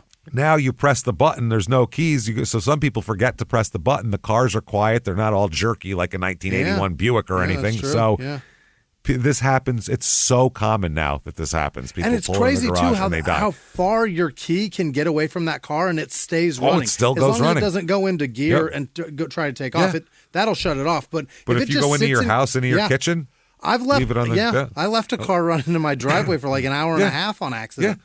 It happens. Yeah. But not we've done it too. In the garage. Luckily, yeah. Yeah. I mean, but that's the thing. It could very easily happen. Still hear it. Because you're still breathing. Wow. Yeah. Your whole family hasn't been killed. So that's good. So that's a big risk out there right now. That happens a lot. So February 20th now, this is when the autopsy's done and Jim goes back to Michigan. And he spoke to investigators again and agreed to another meeting with investigators the afternoon of the 20th. But when the time came, Jim and Sarah already were gone back to Michigan again. So they've gone back and forth to Michigan several times. The medical examiner concluded, shockingly, that the cause of death was an axe wound to the head. Great police. I very rarely think that I can do medical things because I'm an idiot, but I could have probably found the cause of death there. One injury, and she's not One breathing. Injury, and she's not. And her whole brain is bisected by an axe. Yeah, I'm going to go with axe to the head. Yeah. Probably what's going on here. But, I mean, she wasn't poisoned beforehand or anything like that. Well, I mean, she tried to, but she did. Yeah. Yeah, and basically they find that with her food, with her goddamn dinner, they find that they think she died around from 6:30 to 9:30 a.m. Okay. Which that's not good. That's one thing in like crime technology and medical technology that has not improved. The best they can still give you is a 3-hour window. That's the best they can do now to this day, 45 years after this. They're going to end up having to find some enzyme that our body secretes during death that wasn't there. Well, how will we know if it was when it got in it? The factors are it's so hard to tell. Wow. So a neighbor of the Krausenecks said that she heard a moaning sound around 1 or 2 in the morning of the killing. No one's allowed to fuck in this neighborhood, by the way, apparently. Why are you listening to everybody fucking, lady? I'll tell the cops about it. Yeah. And then followed quickly thereafter by a dog barking. Yeah, well, he didn't And the cops go, the Krausenecks have a dog. Okay. Which, it's a suburban street. You know how many people probably have a fucking dog on this street? Probably 80% of the people on the street have a dog, I bet. Just saying. So this is not, real exclusive to them. So the authorities, though, they cannot prove that Jim had been home at the time of the murder because the time of death is put at 6:30 to 9:30, and we know he left for work at 6:30, and he showed up without any brain or blood on him or anything like that, and he wouldn't have time to clean up. So they don't really have anything they can do here with Jim. Their hands are kind of tied. So they talked to Jim again, and Jim says that Thursday night before the murder, the family ran errands. Him and his wife had dinner, had some wine. They were in bed by midnight. Said, I was in bed by midnight. I think Kathy went to bed at about 11. Okay. So they said they were unable to confirm that he spent the night in bed with his wife. They couldn't confirm that, they said. They said, we didn't find the normal things, hairs and things you would expect to find on his side. Okay. So he's not shedding. So what? Leave the guy alone. Yeah. There's also no goddamn fingerprints anywhere. So the family, he said that he kept saying, I left for work at about 6:30 a.m., returned at 5. There's Kathy at 10 to 5. So I don't know what to tell you. They said that the autopsy shows her body was slightly warm to the touch and in full rigor when they got there. Okay. The body temperature and an examination of her organs prompted the medical examiner to, give the time of death between 6:30 and 9:30, and we'll find there's various estimates of this later on. They said this is Krausenecks later on. His people say from the initial stages of the investigation, the time of death was a paramount concern to the investigators. It was largely indisputable that James had left his home at approximately 6:30 a.m. and spent the entire day at Kodak. Okay. Can't dispute that. He showed up. There's other people there, so we know when he got there. They said if the cops said if the time of death were before he left for work, obviously that would be inculpatory. On the other hand, if the time of death included the time when he already left for work, it would exculpate him. So there you go. The stomach contents, and this is a big deal. The autopsy shows Kathy's stomach contents. You'd think it would just be gross. There's all sorts of shit that doesn't belong together mixing around. It's a volcano in there. Her stomach was completely empty. How'd she do that? And her blood was free of alcohol. I'm more impressed. Yeah, well, I mean, that takes a while, but if you can do it. That just indicates time. passage of time. Yeah, passage of time, and your body obviously stops digesting if you're dead. So there you go. Yeah, there you go. And they estimated then that that could mean a later time of death. Even they also said that not only is her stomach empty, her bladder is completely full. Oh. Which they said would indicate that she had a full night's sleep. For her stomach to empty and her bladder to be completely full, this probably didn't happen at 1 a.m. You know what I mean? It just wouldn't happen like that. So that's another thing. Now, they said they have no evidence against Jim, no clear motive, but God damn it, are they suspicious of him? Sure enough. Super suspicious. There's no evidence, though. So they cannot arrest him. They cannot arrest anybody, and this case goes cold. Oh. Goes cold. Freaks the neighborhood out. I mean, this is like, in their minds, some crazed lunatic came to their neighborhood, broke into someone's house and put a fucking axe in their head, and that could happen to any of them. So this is typical suburban panic here after this. But, that's it. They don't know what to do. Jim and Sarah move out west. They move to a couple different places. They'll end up in Washington. For a while, they're in Michigan, as we'll talk about. They said that They hired a lawyer, also Jim's family, and the lawyer told police that anytime you want to talk to Jim, I'm there too. You've talked to him 10 fucking times, and you've gotten nothing, and you're not going to You're not going to railroad my client, basically. So they said that the condition also for an interview would be no statement made by Jim could be used against him in any way, which is not how they do interrogations, and no one's going to agree to that. So, and the detective said we weren't willing to do that because we still had too many unanswered questions. That's basically, if they didn't think he did it, that's the way for the lawyer to find out what they're thinking. Because if they didn't think he did it, they'd be like, fine, great, we don't think he did it. We just need information. Yeah. But if they say no, then that means that they're suspicious of your client. So that was a way to suss out how they feel here. So that's it. He doesn't talk to them anymore after that. They don't want to talk to him with the lawyer. I wouldn't want to anyway. No. So now during the investigation, one of the things that made them very suspicious of Jim was that shortly after the murder, police learned that Jim had not completed the final portions of his doctorate and had lied to both Lynchburg College and Kodak about that. Okay. So they say that they think their big fucking theory of this case is that Kathy she found out about this and lost her mind. Does that sound relevant? Does that sound probable, plausible to you? Is? Yeah, that doesn't sound like what would happen. That sounds like if your spouse and you told them that, they'd be like, oh, well, how do we save your job would be first. How do we do this? Because, this is how we pay bills and eat and shit. So, and eat weird foods that make me shit weird. So please help me out here. So I don't know what the fuck is going on here. Kathy, usually your spouse isn't like against you, like your job. No. If you get in trouble at work, your spouse you're not in trouble with them too. They're usually on your side. That's the point. Yeah. You fucking married these people. So they don't think so, though. They think Kathy became aware of the lie, freaked out, and Jim had no choice but to murder her while she slept. Which really seems like a stretch for me. And then head on off to work. Then head off to work and act like nothing happened all day. Then come on home for the podiatry appointment. It's a very weird shit here. They really, really, really, really want to talk to Jim, though. February 20th, 1983. There's a newspaper article about this, and Jim says he'll talk to the press, but he won't talk to the cops. Yeah. Jim says that he wants to forget that night completely, that whole day when he came home. He said he's trying to put it out of his mind. And he said that he's refused to talk to the police since last March. He said, I understand the police have their jobs to do. I appreciate that, but it's too difficult for me to talk about it. Yeah. That's what he said. He was, at this point, working at his father's carpet store in Michigan when the press are talking to him. Sure. And they said he's neatly dressed in a blue blazer and red silk tie. They said his eyes became filled with tears as he begins to tremble when asked about his wife's death. He says, I just want to put it all behind me now. I'd really rather not discuss it. It's hard enough for me to deal with. I don't see how other people would want to hear about it. He said, it's been my decision, my policy not to talk. I'd rather stick to my policy. Store policy. Sorry. Gotta talk to the manager, man. I can't override it. Fuck, can't do it, man. You gotta talk to my dad. He's the one who owns it.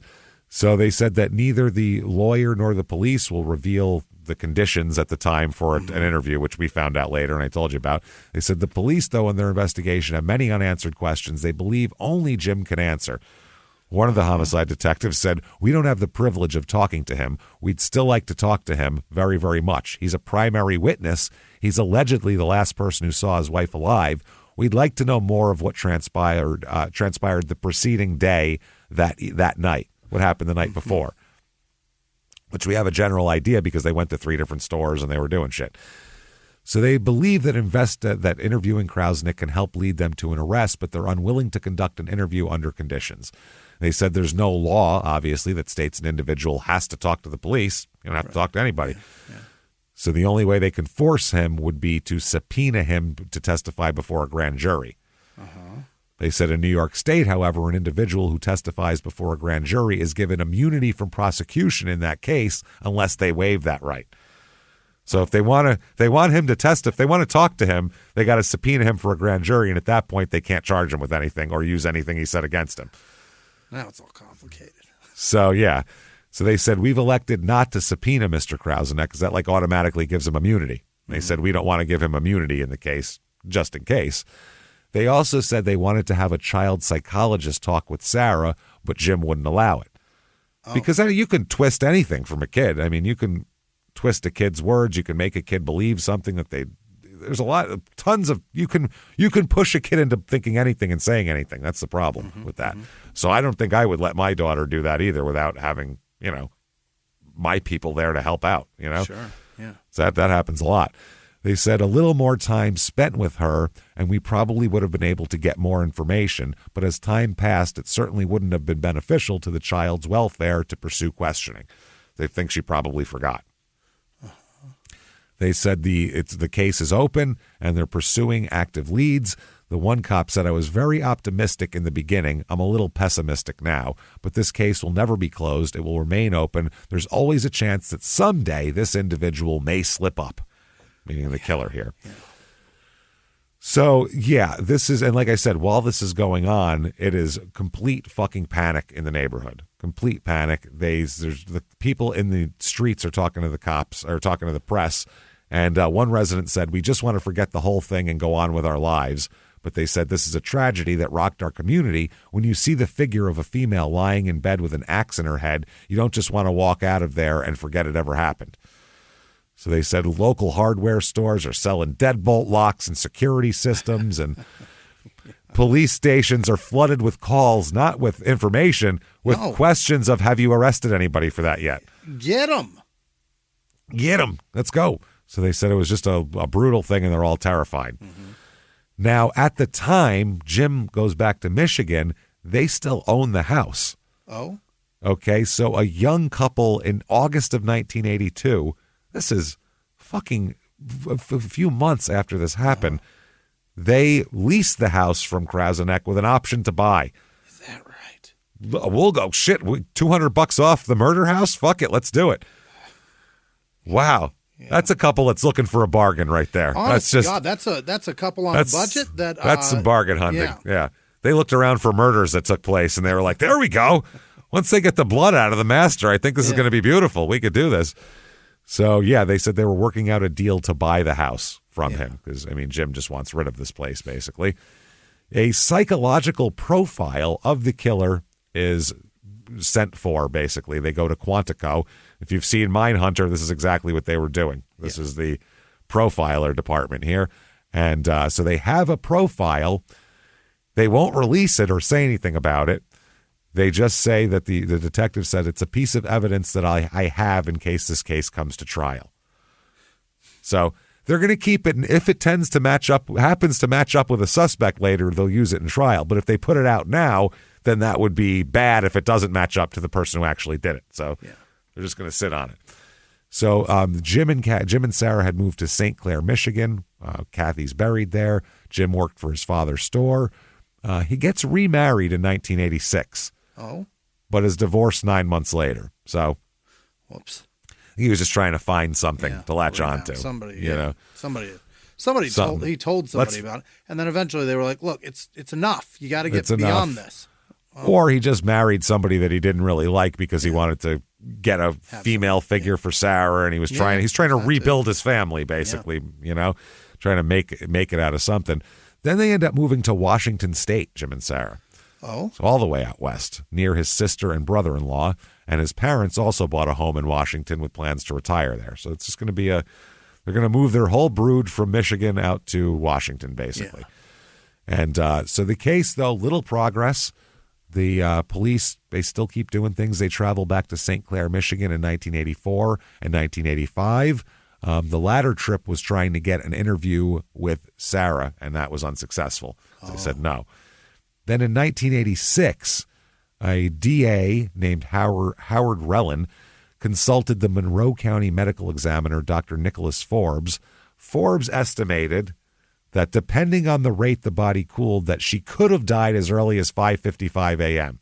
Who knows? They're like, can you give us maybe 6:30 is tough. Can you just, if we could get it back to 6, then we could put another suspect in here. And but he said there's no precise way to determine time of death. This is all a big guessing game. Yeah. So they said at this point, James is the only suspect, and they determined that his guilt could not be proven beyond a reasonable doubt just by saying that she could have died as early as 5:55. They have no other evidence. So no physical evidence. So the case is very, very cold now. They kind of just give up on it. It got colder. Colder. It's cold as a fucking Brighton night in February. So they kind of put it on the shelf, basically. Yeah. I mean, those cases are always active if someone comes forward, but there's no one actively working it, probably. 1988, the matter was reviewed periodically, apparently. Probably once a year they do a sweep through cold cases just to say they did it, basically. So in 1988, the Brighton police sought to educate younger officers in the case details, as officers working the case originally had started to retire now. Right. So they need to get everyone familiar with it. The file was also updated as Brighton police learned new information, such as, when Jim changed residences or got married. They would note that in the file as well. They said leads occasionally came in and were investigated, but there was never anything useful that came. So 1991 comes around, 9 years. That's a long time. It's a long fucking time. They've never made an arrest. They've never even established a fucking motive. Even for Jim, they don't have a motive. Because they didn't have a bunch of insurance or anything like that. They weren't fighting. They weren't about to get divorced, fighting over the kid. Yeah. Literally no reason. It's not like, and also it's not like he had a girlfriend they found out and they were together a week later. He didn't have a girlfriend. And there's literally zero reason to murder your wife with an axe here. So that's what's a little bit weird. So family members in Michigan by 1991 are complaining to the press, to the police, to anyone that'll listen, that the investigation is targeting Jim still without any evidence. 9 years later, they won't leave this poor fucking man alone, is basically what his side's saying. So Krauseneck never spoke publicly about anything since 1983 when he talked to the cops. Now they talked to him in 1991 here, sitting outside Seattle. 1991, sitting in Seattle, I assume, in a flannel shirt. Yeah. Fresh from a Soundgarden show. He's just sitting there. He's only 39, so maybe. Tired, real tired. He's been moshing all night. Oh, it's been a rough one. Yeah, it was a Pearl Jam Soundgarden double bill. It was really tough over there. Holy. So he says still he has no theory about how or why his wife was killed. He said you wrestle with that for so long, and finally you just give up trying to figure it out. There's no logic in it, he said. Right.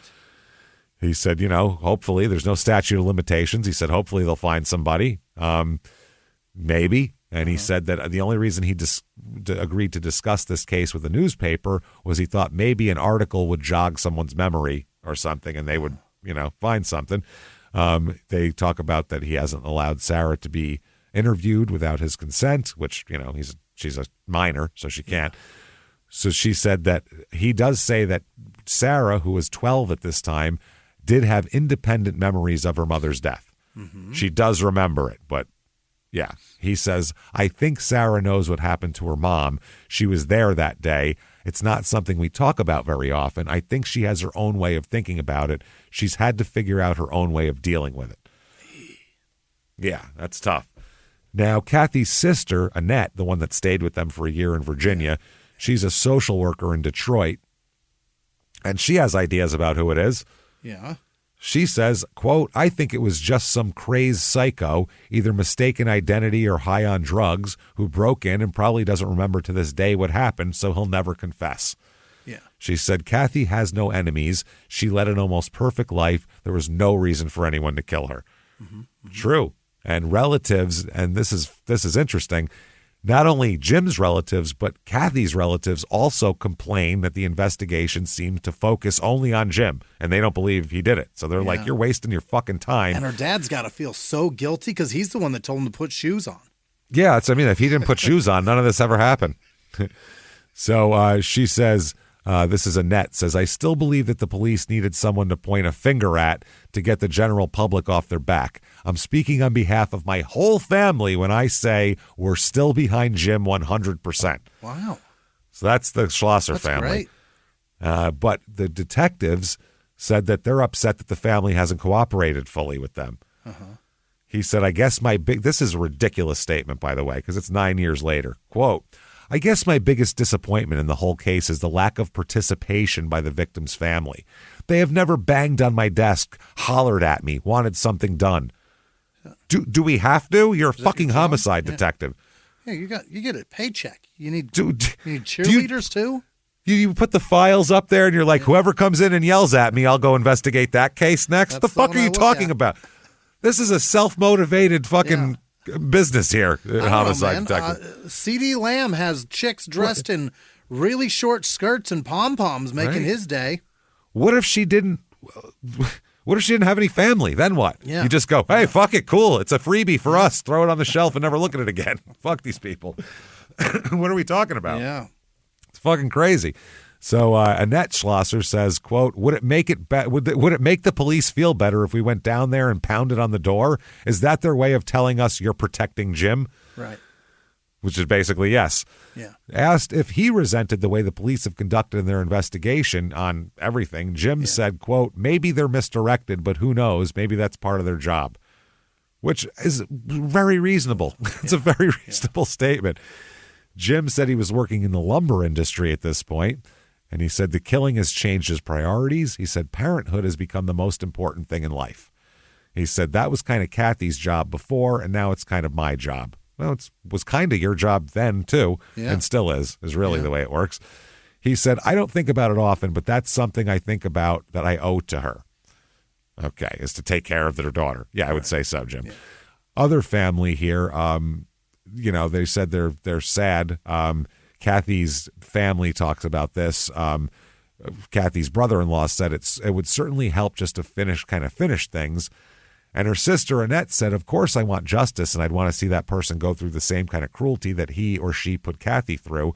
But I think if the killer was to come up now, it would make it very difficult. I don't know if it would be better or worse. I want to whack him in the head with an axe. Well, I think it's been over 10 years. So they're like, the wounds are healing. Yeah. Is it going to just make it? Is it going to help? It's not going to help us much. Then it's just going to be now years of this and court and appeals and there's going to be a lot of shit. So who knows? They're thinking maybe it's better if it just all goes away and we try to forget it. Sure. 1997, Jim meets his current wife, Sharon. He talks to her, an old friend of his actually, known her for years, named Sharon James. They were at a trade show. They ran into each other. And they date from 97 to 99 and get married in 1999. Mm-hmm. Now, from 1992 to 1999, 2000, a lot of things change. Yeah. Number one, Jim gets remarried and all that kind of thing. Kathy's sister now has completely changed her mind. Oh. Completely changed her mind. From 100% behind him to how much behind him? 0% now. Oh, okay. 0. Absolutely. Now he's 100%. He's 100% against him now. She now says he had motive to commit murder. Yeah. Which I'm still wondering about that. Yeah. They said that she and her family believed that Kathy discovered her husband had lied to his employer, and that's what caused the whole thing. Sure. She said, my sister Kathy was all about education. Yeah. Yeah. 10 years ago? Way more than feeding her daughter and all that kind of stuff. It's, way more than the rest of the stuff in life. She just cared that you had a doctorate. That was it. Yeah. She was all about social status. She wanted the best for her and her family, and we believe that when she found out Jim didn't get his Ph.D., he was confronted, and I think you can take the rest from there. Can you? Very easily, yeah. Really? Wow, right from there. Yeah. From a fight about, well, I'm getting it and it's fine and Kodak's going to keep me and we can keep our lifestyle and pay our bills to I'm going to murder you is a huge stretch. Embedding it. Dropping well, you figure Kodak wasn't even that mad at him. They didn't even care. No, right. How the He's still fuck got is a job. Kathy going to be, you have to kill her worth of mad. Right. Jesus Christ. 2005 comes around. Okay. It has been 23 fucking years now. Long time, yeah. Enter this one guy we're going to talk about here. This is fucking funny. Remember A Current Affair? Yeah. That shit at the end? Well, in 2005, there was A Current Affair 2. Oh, was there? Yeah, because they got rid of A Current Affair, and then they were like, people really are clamoring for A Current Affair again. So, and they said that the mysteries were the cornerstone of their show. Yeah. And they said that this case fit their show perfectly. Uh-huh. The producer said it was the awfulness of the crime and the lack of any understandable motive or scenario that would explain it. Yeah, it's like an unsolved mystery. It's interesting. Right. So enter Mark Henderson, the new Brighton police chief. He looks like a meathead of the highest order. He looked like he played high school football, hit his head a lot, went to community college for 6 months, and then joined the police force. And somehow now he's chief, and his main quote is, duh. That's what he looks like. Gave out a lot of tickets to get this job. Oh, boy. I could be totally wrong, but he looks dumb as shit, and that doesn't help. So he is watching. His face ain't helping him. No. Jesus Christ. So the producer of the episode actually sent the episode to the new police chief of Brighton. Yeah. Try to get some kind, I don't know, get a quote from him or what. So it was at this point that the FBI was preparing a cold case collaboration with local police to tackle long unsolved crimes all over the country. Yeah. So the Current Affair 2 segment, they said, provided a tight synopsis of the whole thing. You know, they're good at putting that shit into 15 minutes. So if anybody who doesn't know anything about the case can get caught up real quick with that. They said he was the only one who really did something with it, meaning Henderson. Henderson was delighted because it basically laid out a lot of the story. He's like, I don't even have to read now. Good. They handed me a file, and I was like, there's a lot of words in this, you know, and I put it down. Pictures and everything. I said, give me anything with more pictures. And they said, there's pictures of the scene. And he was like, I need pictures of, like, people. I don't know nothing. I can't read these names. Who are they? This is hard. Oh, geez. Is this the guy? Should I tackle him? No, you want to talk to him. Sit him down. Interview him. So I should tackle him. Yeah, just tackle him. I think tackling will send a bigger message. I think that he'll realize that we're on to him then. You know what I mean? If I tackle him real good, he's going to know then. Now, up until that, he won't know, you know? I have a lot of questions. This former chief of the police here, Eugene Shaw, who headed the department in 1982 and was chief for 22 years, kept parts of the police file on his desk. Some nights, after reviewing the files or receiving an occasional tip, he would make a cassette recording at home about the unsolved murder. So he's kind of kept a good case file.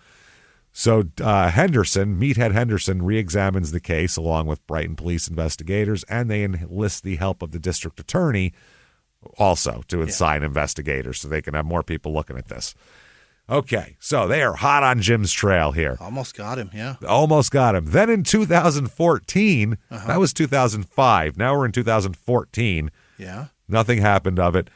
There's a guy named Edward Larrabee. He's 59 years old in 2014. He's been in prison since 1994. My God. Yeah, he's serving 2 life sentences for sexual abuse, rape, and attempted murder. Pretty good guy. He's one of the worst guys ever. The Department of Corrections confirms all of his charges. He is a career rapist, he's called. Why do they know career him? Break-in, entering rapist. That's what he does. He breaks into suburban homes and apartments and rapes women, and they think kills some of them, too. They're trying to pin murders on him. He lives a 5-minute walk from Jim and Kathy's house. Whoa. That's where he lived in 1982. 5-minute walk, not even drive, right there. Okay. Golly. Now, while Ed is in prison here, this is for all the shit we talked about, he is sent to a medical center in 2001 after complaining of chest pains. One of the 2, then he does this in July of 2001, by the way. While one of the 2 corrections officers assigned to guard him left briefly for the restroom, Larrabee took the nurse's call cord, wrapped it around correction officer Patrick Keeley's neck, and attempted to strangle him to death. That's what a good guy this is. He's in the hospital, in prison for chest pains. As soon as he sees an opportunity, he tries to strangle one of the fucking officers to death. Is that right? This guy is a problem, obviously. So during the struggle, the officer managed to free himself, but sustained injuries, obviously. So he was then charged with 2 counts of attempted murder in the first degree, 1 count of escape in the second degree as well. Wow. That is crazy. So they tried to present psychiatric evidence to this whole thing. The trial court granted his motion to hire a psychiatrist to evaluate those aspects of the case that you feel are relevant to this, possible defenses that would be available. Okay, now we'll talk about this. They said that he goes to see a psychiatrist and does all this. At trial, he admitted that he had placed the cord around the officer's neck, but claimed he had only done so to facilitate his own escape, not to try to kill the guy. Oh, I was just trying to scare him.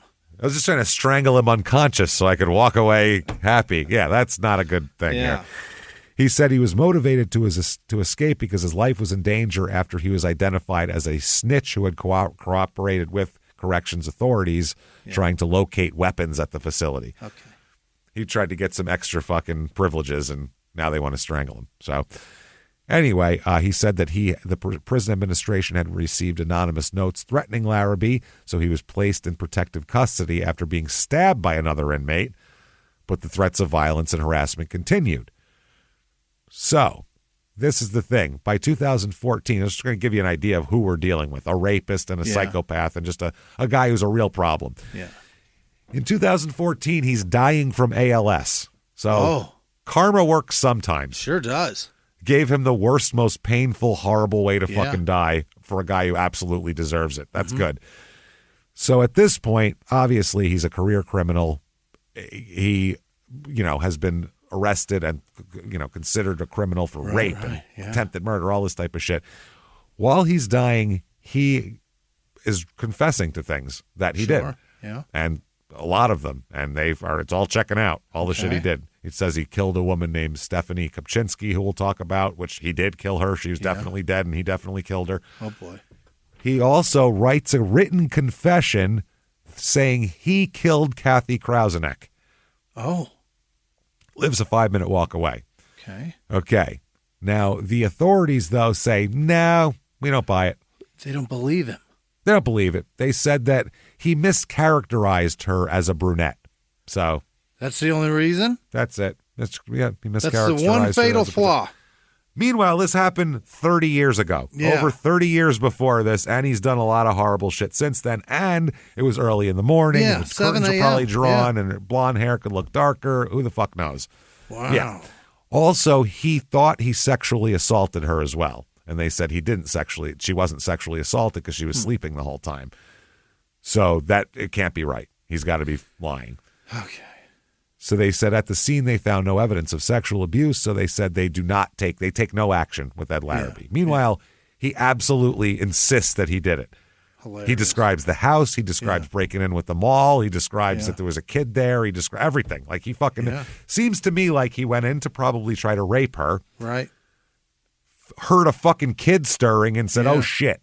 Gotta go. Fuck this. Yeah. Because he's never done anything to kids in his criminal record. So maybe he said, oh, fuck, I don't want to have to kill a kid. Right. There's one thing that will forever change the way you sleep, and it's the softest 100% organic cotton sheets from Boll & Branch. You'll fall asleep faster, wrapped in the most luxurious comfort. You'll never sleep hot again. With sheets that feel breathable to sleep in, you'll experience the purest softness on night one and feel your sheets get even softer with every wash. Discover the difference with 15% off your first set of sheets at bollandbranch.com with code WONDERY15. Exclusions apply. See site for details. 1942, Europe. Soldiers find a boy surviving alone in the woods. They make him a member of Hitler's army. But what no one would know for decades, he was Jewish. Could a story so unbelievable be true? I'm Dan Goldberg, and from CBC's Personally, Toy Soldier. Available now, wherever you get your podcasts. Let me kill this lady quick and get the fuck out of here. Yeah. And that would make sense, too, if he was going to steal shit that it got left behind. No matter what scenario you paint, it's much more believable than the husband did it. Then the husband with no motive did it and no reason to. Yeah. Otherwise, there's a goddamn economist from Kodak. Yeah, or the rapist, attempted murderer, lunatic who lived a 5-minute walk, and it gets worse too. There's more evidence for it too, so it gets even worse here. It's crazy. Now, the Stephanie Kopczynski that he admitted to killing here, this was in 1991. He said he murdered her. He provided details and he ended up actually being charged with that murder. And several other crimes he admitted to, too, they were going to charge him with, but he died before anything happened because he had ALS and was dying. So it didn't matter anyway. Didn't matter. Now, Ed Larrabee had a horrible reputation, even in prison, as a violent lunatic, obviously, as we've described here. One of the detectives who investigated him said Larrabee hunted women. He was a psychopath.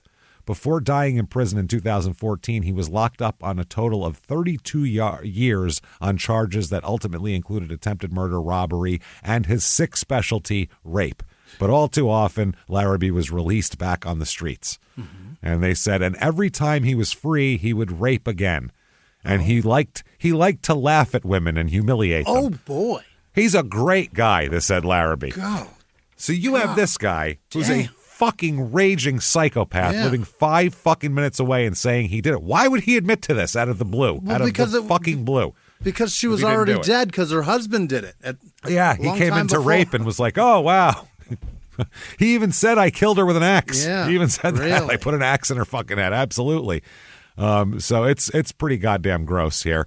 There's a woman named Rachel Rear. She is Stephanie Kopczynski's stepsister, and she wrote a story called Catch the Sparrow, which is about this whole thing. Stephanie was a 27-year-old music teacher and violinist when he killed her, which is fucking crazy. In 1991, he was freshly paroled after serving a sentence for robbery, and he came back to this area, and he got a job at the Newcastle apartment complex, which is where Stephanie lived. And he later on said to the cops, too, well, they were stupid to hire me. Jesus. Yeah. I wouldn't have hired me.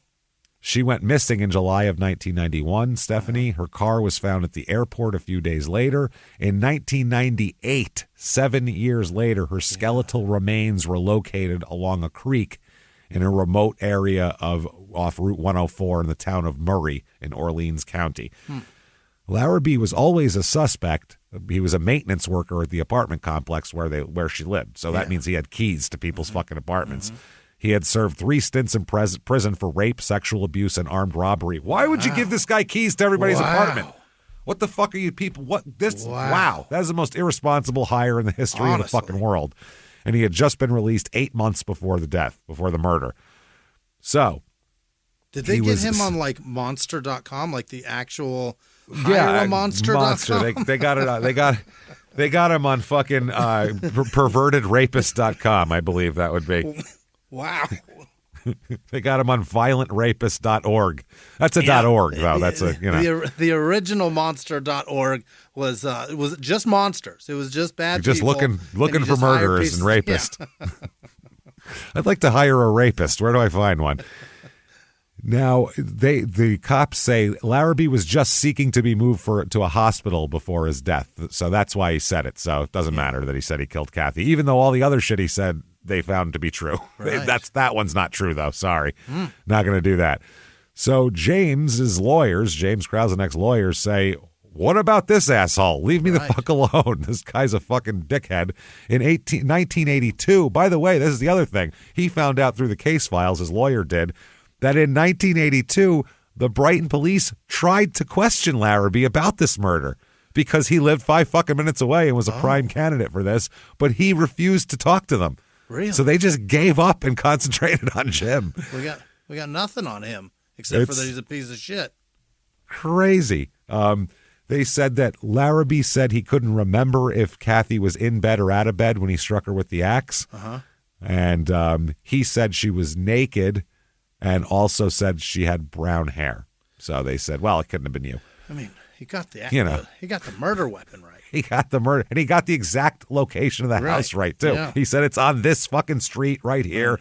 Because he said he jogged that morning, as we'll talk about. He said he jogged in a ski mask and was just looking for places to break into and rape and steal. Yeah. That's what it was. So they said that, Krausenek's lawyers are like, wouldn't 32 years of past time maybe muddle this guy's shit? Yeah. Plus, he's on a shitload of medication and ALS and all this shit. Wouldn't that be anything? So, no. They said, no, not at all. Wow. The defense says that the Brighton police knew about Larrabee since 82 and did nothing to determine his whereabouts the morning of the murder. He wouldn't talk, so they just gave up. Wow. That is fucking crazy. Now, 2014, Ed Larrabee dies, which is great. Yeah. But now Ed said, by the way, he fucking tells everybody that he won't admit to anything he didn't do. He said, I don't want to be accused of shit I didn't do. I did bad things, but don't fucking pin other people's bad things on me. That was a big thing for him. Yeah. Ed wasn't the type of guy to say he did a murder he didn't do. You know what I mean? There is honor amongst them. For him. Well, I guess he claimed to have committed over a dozen homicides. Oh. In the letter he wrote to police, which seems that tracks. That's a if lot. If you'll do what you did with Stephanie, you'll do that 100 times till you get caught. Yeah, and if you get away with it, you're going to get better at it. Absolutely, yeah. That's how it works. So they said that one cop who got the letter said, "I received so many letters from prison and have to be somewhat selective in what I decide to pursue." Well, I don't know. Sure. Open cases. Let's try those.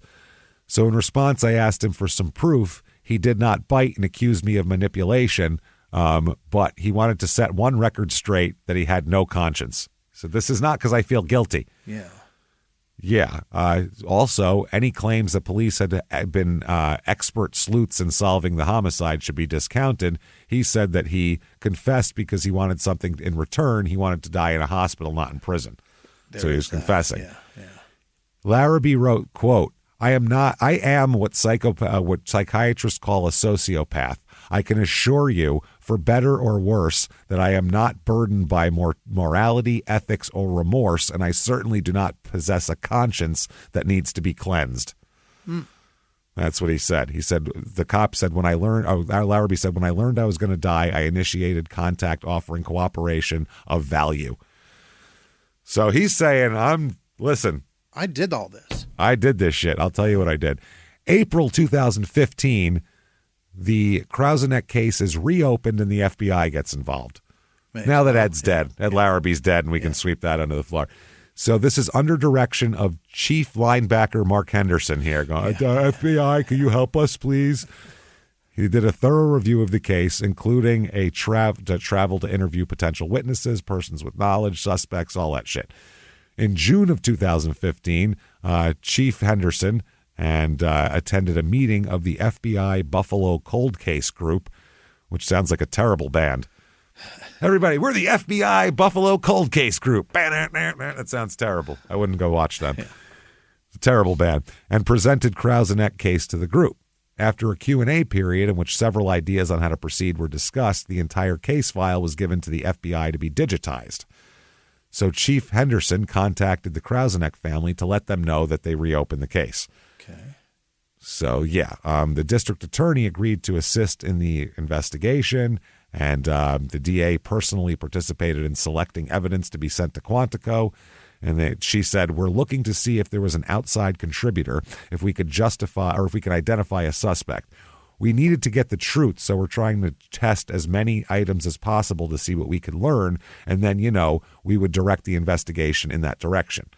Okay. Now, I guess that makes sense. They won't, but now they can test things for like touch DNA and shit like that. It's a lot different. So anything they still have, but how many items are you still going to have on file? There's not going to be many. I mean, Jesus Christ. So April of 2016, New York investigators pay Jim a surprise visit to his home in Gig Harbor, Washington. Beautiful. He now lives by the water. He's got a boat. He's doing great. He had the shoes. Now he's got the boat. Now he's got it all. He put the shoes before the boat. It's like the cart before the horse. You don't want to put the shoes before the boat. But you know what? You put the shoes out there into the universe, a boat comes back to you. That's how it works, right? You got to have the shoes to get you got to dress for the job you want, James. Yeah. What if you get the boat and you don't have any shoes to wear on it? You're fucked. You're going to come on this boat and not dress like a captain? Who do you think you are?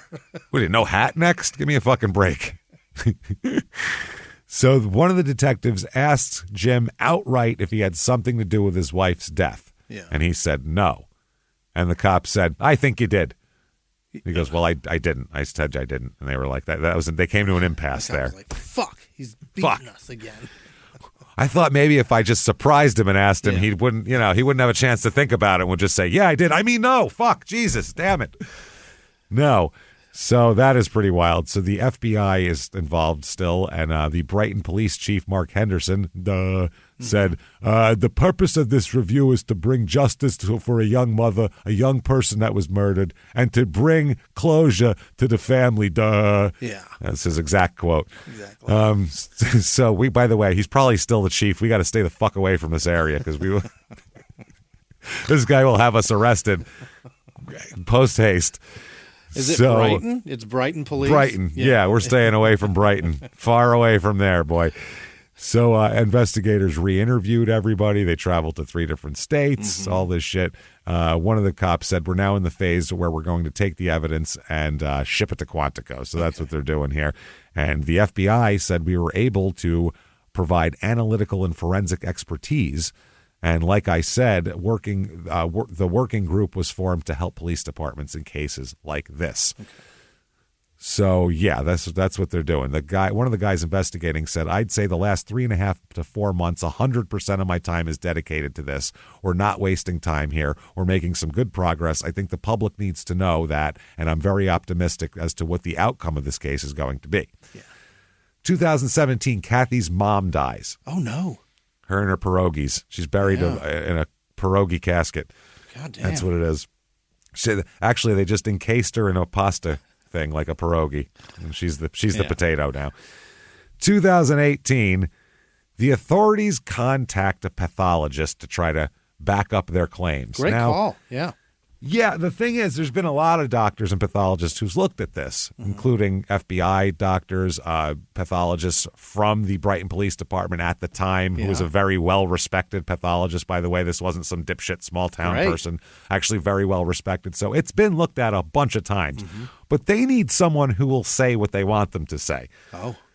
And there's one guy who fits that description perfectly who will say anything you fucking pay him to say because he's a hack, complete fucking loser, hack, piece of shit, money hungry fucking scumbag. And that's Dr. Michael Baden. Love that. Love him. Yeah, you might know him from that stupid TV show he had. Yeah, Autopsy. Where he acted like he was very important and acted like he was he was acting for half of that fucking show, which is what annoyed me about it. This guy is a bought and paid for hack. Okay. In my opinion, I'll say, just to make it like that. But he is. So he used to be a respected guy who did good work. And then he just at one point said, well, fuck it, I need money. So we all do. When he was a young New York City medical examiner, he confirmed the autopsies of men shot during the 71 Attica riot. He worked on the JFK assassination. Okay. That one's to look dry, for, right? I don't know. Well, no, to look for like tracks of the wounds and shit like that. He worked on Martin Luther King also.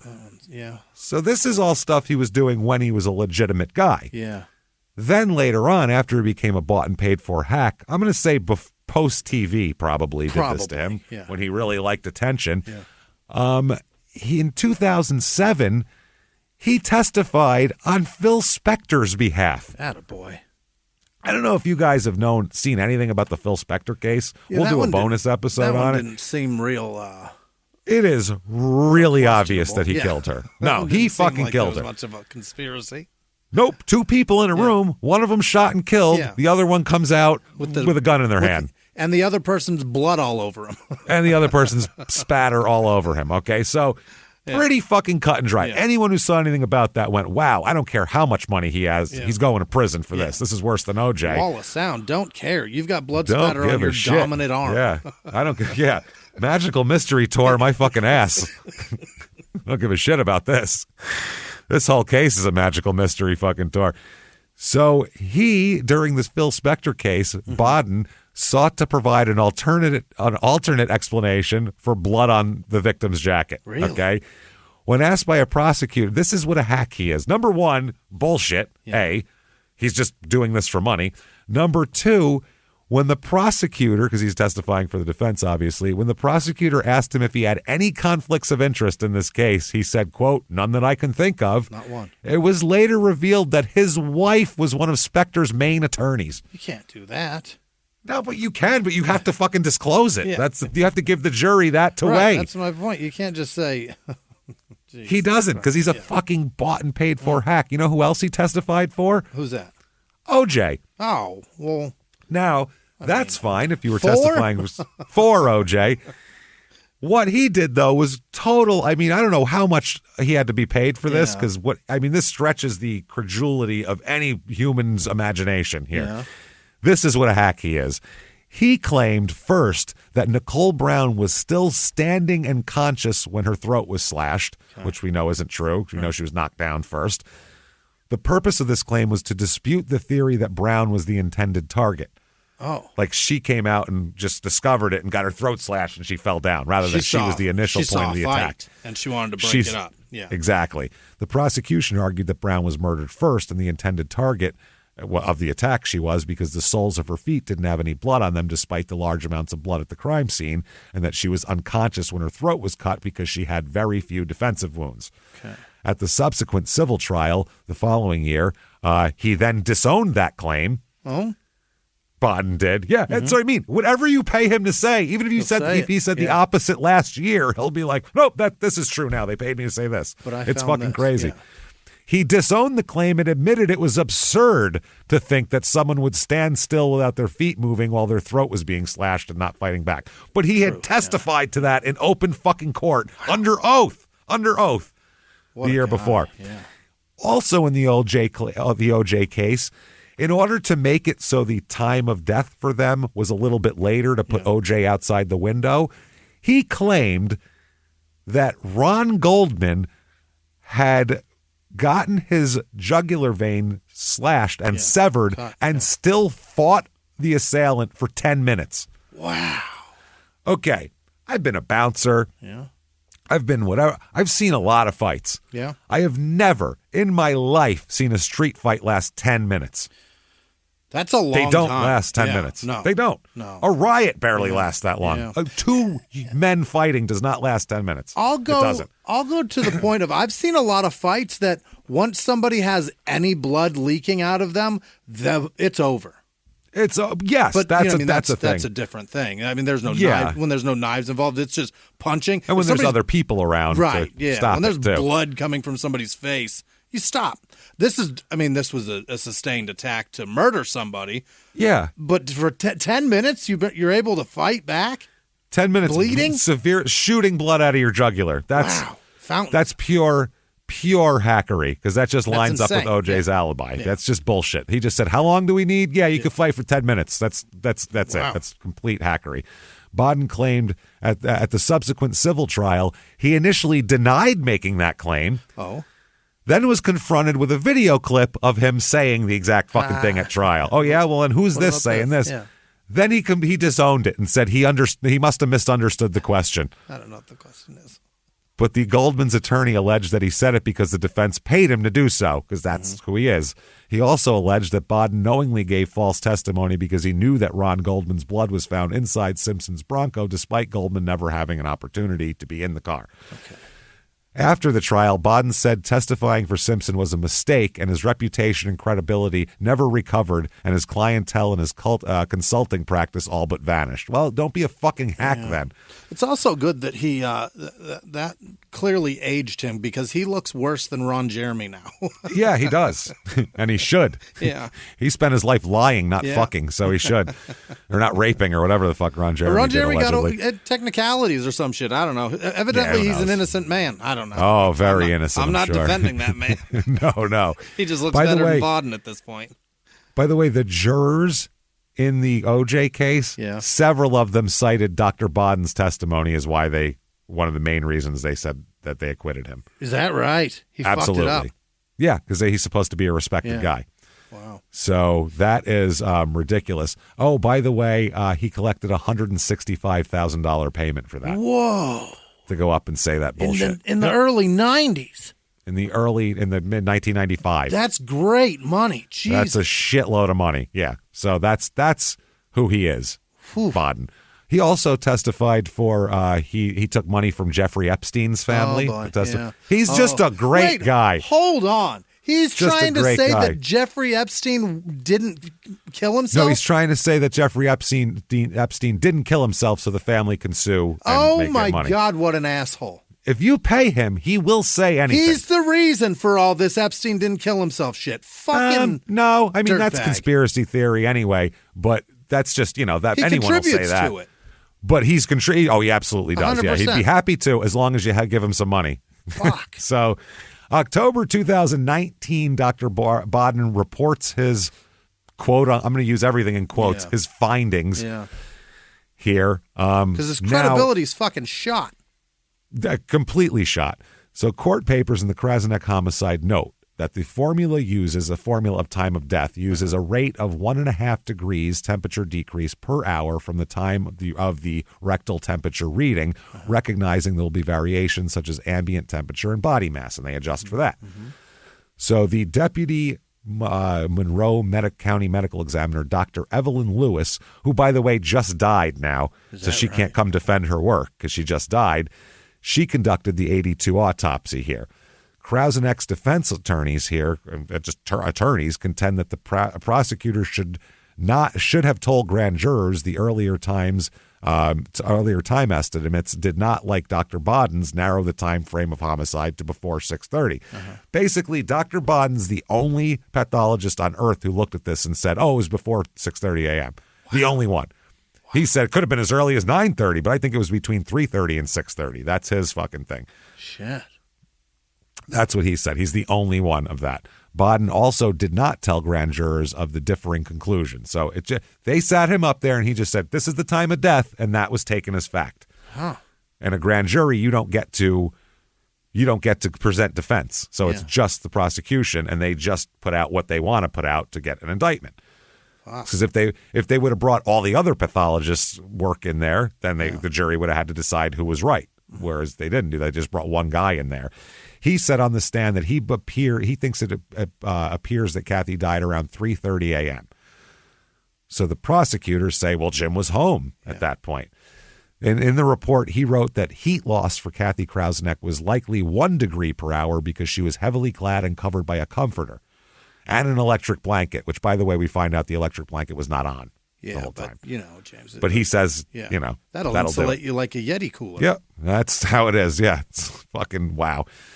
So that's what he says. Now, then there's the neighbor of Kathy's saying she heard a moaning sound around 1 or 2 a.m., followed quickly by a dog barking, and they said, well, there you go. That's what it is. Dr. Bodden wrote in his report, the timing of that report is consistent with Kathy's body temperature, the state of her rigor mortis, and her stomach contents, which is complete bullshit. Yeah. If she was killed before that, she'd still have food in her stomach and her bladder wouldn't be full. That's the point. If she was killed at 1 a.m., there's no way you're digesting 10 p.m. shrimp by 1 a.m. It just doesn't happen. And she would have alcohol in her system still, and so it's fucking ridiculous. So defense lawyers here for Jim challenge the differing formula of the time of death and say that Bodden's misrepresenting the issue of her stomach contents, which can also formulate the time of death. Bodden credited the work of Lewis, the original pathologist, then, quote, misrepresented her conclusions regarding the gastric contents of stomach as they relate to time of death. He just picked and chose words he wanted to use on the stand. The contents of her stomach indicated she was killed 4 to 6 hours after her last meal. Now, that's what he said. Now, when the original pathologist said her stomach contents were, quote, quite empty and devoid of any food. Bodden said in his report that a fluid found in her stomach was indicative of some remaining food, even though no one else had ever seen this before. Right. Wow. He said, so that means she was killed earlier. They also the defense talked about her full bladder and all that. And he said, doesn't matter. Okay. November 2019, after it goes to grand jury, Jim is indicted and arrested. Is that right? Yes, they arrest and indict him. Or other way around. Okay. The Brighton police chief at this point, a different guy, David Cathaldi, said, we believe in examining the timeline of events, speaking with witnesses. So they got and James, a new guy. Got a new guy. James Krasenek's timeline that he provided along with all the other evidence will establish that James was home at the time of the murder. That should just say Dr. Bodden says this. We have nothing else because that's all it is. We trust him. He's got a New York accent. We trust him. He doesn't even, does he? I don't even think he does. He sounds just like he's from New York. I've never watched that shit because he looked like a fucking tool. He just looked like such a doushbag standing there. That picture of him over the table that they drain people on, that douchebag pose that he has. He looked, or he sounded, he's very New York, but he in the show, in the first one, he just seemed very New York. Yeah, he's all New York like cases. Yeah. He's the Matt Rife of murder. Yeah. This guy. It's just sad. Well, this Cathaldi guy, he looks like he's never heard a podcast or heard that they exist. So I think we're all right. It's probably 75, yeah. Yeah. So, the FBI takes credit, of course. If they put any work into this, they want some credit. They say that forensics and DNA analysis played a key role in James's arrest and subsequent charges. There is no DNA analysis. No. None of that. That's not completely untrue. None of that comes up. They don't have any evidence of DNA or any evidence that it's him whatsoever. Okay. Matter of fact, both axe handles had not a speck of DNA on them. Well, that's not good. The one at the door and the one that used in her head. Neither of them had anything. That is fucking crazy. So the FBI special assistant says, I hope this case serves a couple of purposes. One, it's a step toward closure for the victim's family. And two, just as importantly, because years go by doesn't mean you can stop looking over your shoulder. We're coming for you. We're going to get you. We're going to hire a hack doctor and make some shit up on this particular case. So pre-trial here, the district attorney insists that she has absolutely no doubt that Jim killed Kathy that day. Wow. That's incredible because I have a lot of doubts. No doubt. Defense attorney said there's really no evidence that Jim killed his wife. Another attorney said that his client is nothing but innocent. Mr. Krausneck has been cooperative, as I said, from the time this incident occurred. Even during court, he came into court on his own and was nothing but respectful, and we look forward to addressing these allegations in court. So he is set for trial June 2nd, 2020. Okay. That didn't happen, obviously. No. Nope, that got delayed. So they never got to do that. COVID delays the trial until 2021. That's a while, yeah. And in the meantime, Netflix made a movie, quote, based on this story that is not at all based on this story. At all. Here is the description of the movie from Netflix. An artist relocates to the Hudson Valley. This is nowhere near the Hudson Valley. This may as well be the Shenandoah Valley. Yeah, I live in the Hudson Valley. Yeah, this is the Ohio Valley. It's closer to the Ohio Valley than the fucking Hudson Valley. Wow. And begins to suspect that her marriage has a sinister darkness, one that rivals her new home's history. Oh, so they got the old lady curse. Yeah, they went up for that angle of the curse of a home, and it has 2.6 stars on IMDb, so it's not very good. Fascinating choices of writing a show. That is crazy. So now Kathy's father, who, by the way, is 93 years old at this point. The guy that loves shoes, hates bare feet. He says he plans to travel from Michigan to Rochester to see this trial. Oh. Doesn't care how old he is. 90s. Yep, he says I won't miss a day of it. He says I'm going to go hell or high water. I want to see him with the cuffs on. I don't even know what that saying means, but it sounds hell or high water. I don't know. Come either bad scenario, I guess. Either a horrific flood or just fire everywhere. Fire that dries all the water up, one or the other. So 2022 is the trial for Jim, which is crazy because it's 40 years later. That's unbelievable. And they're going by one guy's fucking estimate of time of death. That's the only evidence they have. To me, 40 years, unless you have a DNA strong piece of evidence, or Sarah comes forward and says, "Okay, fine, I saw my dad kill my mom." Right. I don't want to hear about it anymore. You don't have anything. This is crazy. Sarah is there, by the way, fully supporting him and sitting behind him, walking in with him.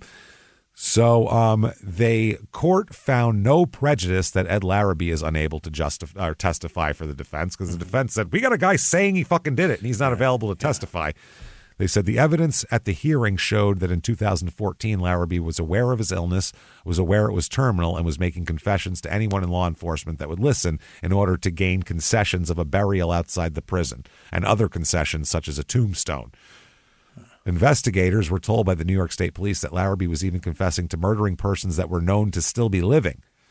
although he made at least one legitimate confession in the opinion of authorities, the case of Stephanie Kopczynski. They said that this case, had this case been brought in 82 or 86 or at any time before Larrabee became terminally ill, he would have appeared in, they don't think he would have appeared in court and confessed. Well, no, because why the fuck would he confess then? Right. Yeah. Jesus Christ. So yeah, they said they're going to do that. The defense also argues that the significant delay in this whole thing, 40 years and all, right, has prejudiced his client's ability to defend himself against the charges because everybody that can witness on his behalf testify for him is dead. Yeah. The pathologist, the original cops, Ed Larrabee, anybody who could possibly help him is dead. So they said you wait it out till all the witnesses on the other side are dead and then you can charge the guy. That's not right. So they point out that the original pathologist, Dr. Evelyn Lewis, passed away in 2018. Also, two of his coworkers who gave statements to police saying he was perfectly normal that day and totally fine, they're dead too. And that he needed those people to go, I don't know, he seemed fine at 7 a.m., so... Which is crazy. If you just murdered your wife... Yeah. You'd be distraught. He'd have to be an amazing actor to go from being fine all day to then coming home and being trembly and crying and doing. You'd have to be a great actor. And he seems like a dork. He doesn't seem like an actor, but who knows? The defense argued that the original pathologist's testimony would completely undercut Dr. Baden's reliance on her autopsy findings as to stomach contents. Also, they cite police interviews with now deceased Eastman Kodak coworkers stating that Jim acted perfectly normal during the day of February 19th, 1982, when they met with him. They also point out that the Brighton Police Department Sergeant Edward Grodnick passed away in 2011. He could have testified to the observation as found in his police report that the electric blanket over Kathleen was in the off position. Okay. So that completely ruins Dr. Baden's thing because he said the electric blanket is the main reason why he said that the time of death was different. Okay. Now, the defense also cites a death of investigator Tom Schrader, who passed away in 2005. The defense contends that he could have shed light on the Brighton investigation of Ed Larrabee, a person the defense asserts was a likely suspect and should have been more thoroughly investigated. The defense also cites the death of former Brighton Police Chief Eugene Shaw. At the time of the murder, he met with investigator Schrader after Schrader's attempt to interview Ed Larrabee in 1982. Also, the death of Larrabee himself and of Dr. David Barry, whom the defense alleges administered chemical castration drugs to Larrabee as a condition of his probation at the time of the murder. So they're saying at that point, he couldn't have raped because he had chemical castration. That's why we know he did it, and he couldn't have raped her even if he wanted to. There it is. Yeah. They also said that the sergeant could have testified that he found the blanket in the off position. The people have agreed to stipulate to this information, which reduces any prejudice toward the defendant, the judge said. But you're going to have stipulation or a person saying it. It's different. Yeah. The person saying it is more. They said the state contends that despite a vigorous and thorough investigation, prosecutors harbored sincere concern that there was a lack of quality physical evidence connecting the defendant to the crime. The people argue that the prosecution did, in fact, exercise good faith in their decision to defer the prosecution for 40 years. The people argue the court should evaluate the decision to defer prosecution based on the information available when the decision was made, that investigators in the 80s had absolutely no reason to believe that deferring the prosecution and keeping the case open as a cold case would not result in the discovery of new evidence. So they're saying we couldn't have made this case in 1983. We couldn't have made this case until Dr. Baden wanted to buy a summer home. That's when we can do this case, when he really is trying to feather his nest egg. Yeah. We found out he's taking money, and we paid. Yeah, it's fucking ridiculous. So they said, though, the FBI found no significant evidence of any third party being in the house forensically. Okay. So that means that James, even though they didn't find any evidence that James did do it, the lack of evidence that anybody else did it means he must have done it. Had to. Wow. Jim's expert disagrees with Dr. Baden, obviously. Okay. Yeah. So this is Dr. Catherine Maloney, a deputy chief medical examiner of Erie County. did some past autopsies of Kathy and Bodden's report and looked at all of that. Yeah. She wrote in a February letter to defense lawyers that there are no new scientific findings that would make Dr. Bodden's determinations accurate, as opposed to the 1982 conclusions. She looked over all the tests and said, I see what you did and I see what you did. And that the 1982 autopsy, unlike Dr. Bodden's report and grand jury testimony, conforms to generally accepted principles of forensic pathology. Not some shit he made up, basically. Some general ones, yeah. That's pretty crazy. Now, Jim says the state's twisting their evidence. They said testimony before the grand jury that Kathy's sister telephoned around 10 p.m. and was told by Jim that his wife was asleep, and she said that was unusual because she wouldn't sleep that early. She goes to bed at 11 o'clock, not 10 o'clock. Okay. So they're saying that by him lying to her then, that's evidence. But then the 1982 phone records show that the call was placed at 11:21 p.m., not 10 p.m. when she said. So she went to bed right on time.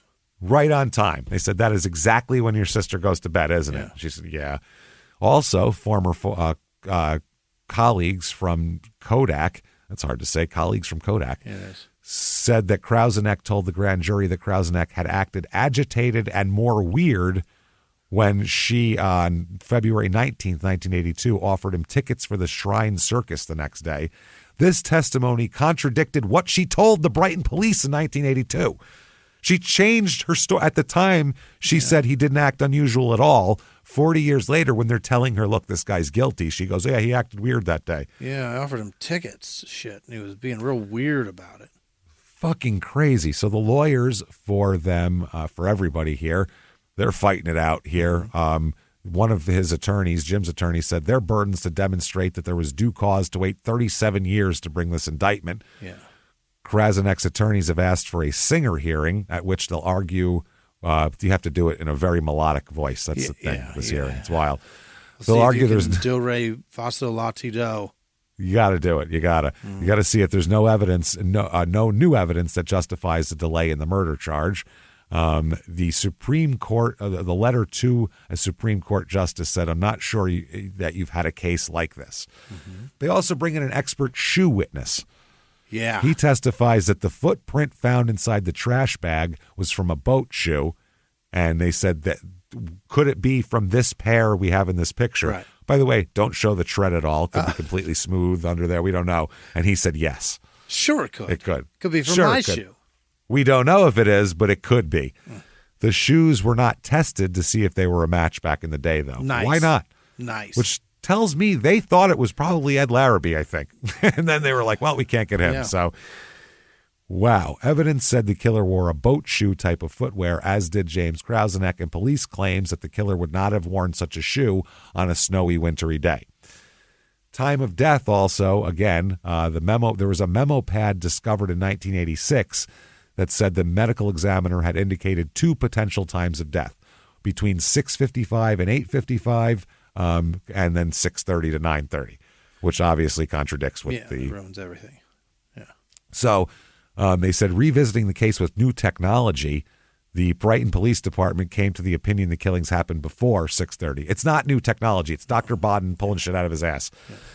Then on one of the days of the trial, jurors hear from numerous members of the Brighton Police Department, including an investigator named Richard Corrigan, who found a pamphlet for a local marriage and family counselor in James's vehicle. So they're saying the marriage was in trouble, and that's why he did this. He needs a therapist.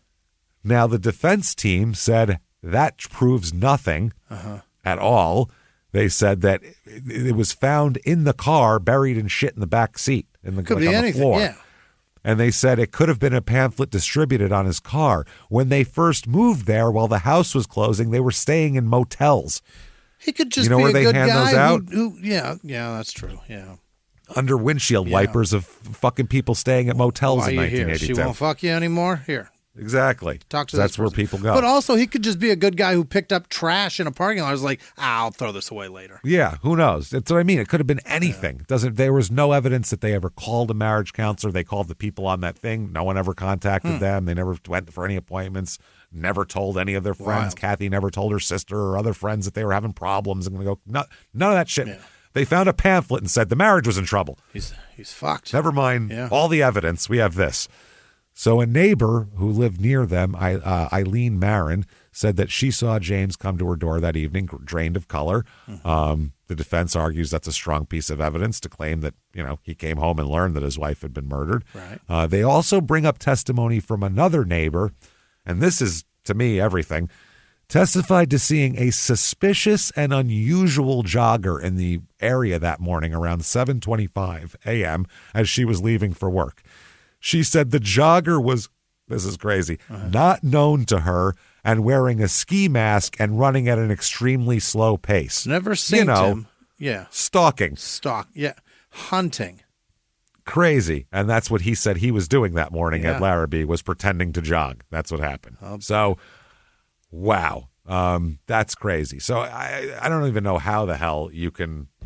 I mean, if you put these two people in front of you and said, which one you think did this, Ed Larrabee or Jim Krasnick, holy shit, I'm probably picking Ed 99 and a half times out of 100. Yeah, that's part of it. Then they put Dr. Bodden on there, and he tells his bullshit, and he says that, his final diagnosis is severe chopping injuries to the head and brain. Thanks, Doc. Thanks a lot. He said it takes at least 12 hours after death to reach the level of rigor that she was in. And in his opinion, that would mean that Kathy died somewhere between 9 p.m. and 3 a.m. Now he's going all the way back to 9 p.m. A 6-hour window. 6-hour window now. But that's that window only has Jim in it. That's the Jim window, yeah. They said, which the prosecutor said, that means that she died before James went to work, according to his opinion. And he says it's important to have someone with Bodden's level of experience on the stand to take the case. You've all seen him on TV, haven't you? Yeah. They said, to us, it's very important. He's obviously renowned. You hear the cases he worked on. He was hired by the U.S. government to examine JFK and MLK Jr. So just some of the things he's done, you can't match that. Can't do it. Yeah. I would be like, can I introduce this OJ shit then to just credit this fucking idiot? Yeah.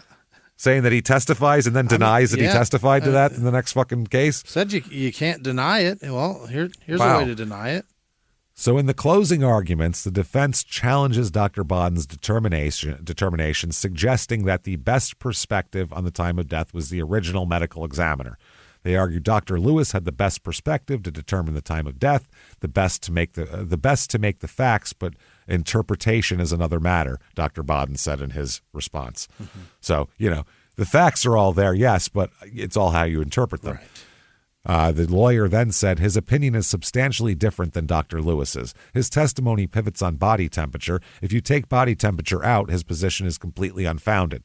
It's by no means an exact science. I think Dr. Bodden was clear on that. But Dr. Bodden, in his experience, is familiar. This is the prosecutor said, in his experience, is familiar with how those factors, blankets, individuals' health, affect body temperature. No one else is, though, just him. He's the only guy. So the prosecutor or the defense attorney said that the fact that Dr. Lewis, the original doctor, is not alive, they said, we think it's a fatal challenge because if the prosecution proceeded with this in a timely manner, Dr. Lewis would be here to defend her autopsy, which is evidently defendable. And they waited for 40 years. She's dead now. She can't defend it. Then they bring Dr. Bodden in from out of town. Yeah. And they're going to do the small town fear thing. Here he comes from New York City, coming in here trying to tell us small town folk how to act. Yeah, this guy's been to Brooklyn, you guys. He's been to Brooklyn. People. It's a big deal. He went to a Knicks game once. Think about that. Have you been to Yankee Stadium? Oh, man. He goes on to say, fingerprints were not on the axe, the mall, the point of entry. DNA from the axe excludes James and Sarah. We can't really nail that down. No. He says that it was written in the context that he was dying, meaning Ed Larrabee's confession, about to face his enemy, and there are some things in the statement that are wrong, but some are consistent. The notion he wipes down the axe with a bath towel, that's one of the things he said he did. Wow. Was wipe down the axe handles with a bath towel. The prosecution says, very simply, if the jury believes Dr. Bodden's testimony, which we believe he's a very credible witness, then that means James Krasnick killed his wife on that day. They said the only reasonable conclusion is that James K. went to his garage, grabbed the axe that he had used over and over to chop wood, walked up his stairs, and killed Kathy while she slept. He made it look like someone came in, then he went to work. That's all we've got. That's it. They said, you've heard some officers, they were saying the burglary appeared contrived. A gold necklace hanging on the door, cash on the dresser. What kind of a burglar doesn't take things that are sitting out in the open? That's kind of not committing a burglary. It's a great point. That's a good point, too. But again, that doesn't make Jim No. have any more evidence against him is the problem. So the verdict comes in here, and obviously, This is he comes be in. fun. The yeah. judge explains to them there's no probably guilty, there's no maybe guilty, just guilty or not guilty. They find him guilty of second-degree murder. Get out of my life. I swear to God, that's crazy shit. It's ridiculous. There's just, he might have done it, don't get me wrong. I don't Maybe. fucking know, It's but doesn't seem ridiculous. like it at this point. So sentencing, Sarah speaks during sentencing. Really? And she says, my mother, this poor fucking Sarah, I can't say poor girl, she's like 45 years old at this point, but still, it sucks. It's awful. She said, my mother's killer got away with her murder. My father's life has been taken by a failed justice system that convicted him of a crime he did not commit. Mm-hmm. And then Kathy's dad testifies during the sentencing. He says, and Jim, I hope you live to be 100 years old and enjoy your new home, jail. Hope you get no shoes. Hope you get nothing. No boat shoes for you. Hope you're on a boat with fucking combat boots on. See how you like that. So Sharon, this is Jim's wife, said that, you got to, this is crazy. This justice isn't being served and all that kind of thing. And Sarah said, the justice system failed my parents, myself, both sides of my family. It's also failed this community. Yeah. Jim got up. He read a note in which it's a long note. He reaffirmed his love for Kathy, said, I love my wife, and she was everything to me, and I would never hurt her. And he said, in closing, I did not murder Kathy. I love Kathy with all my heart and my soul. Okay, well, that's a lot. And the jury said, you, sir, may fuck off 25 years to life. What the fuck? Yeah, that's, wow. So Kathy's parents now, they say the Schlosser family said they've had no communication with Sarah for years until today. Mm-hmm. Not at all. This is Annette. Some now? Yeah, this is Aunt Annette here. She said, I told her when I walked in, I said, Sarah, I love you no matter what happens. And she said, thank you. And now we pray that Sarah will come back to us and be a part of us because she has no family now. She's been brainwashed for 40 years. I don't think that's going to come together too soon. Boy. And then she said this, Annette, how horrible she must feel right now, but let's give her some time and we'll be in touch with her. Okay. Yeah. So he is sent to Clinton, which is real horrible.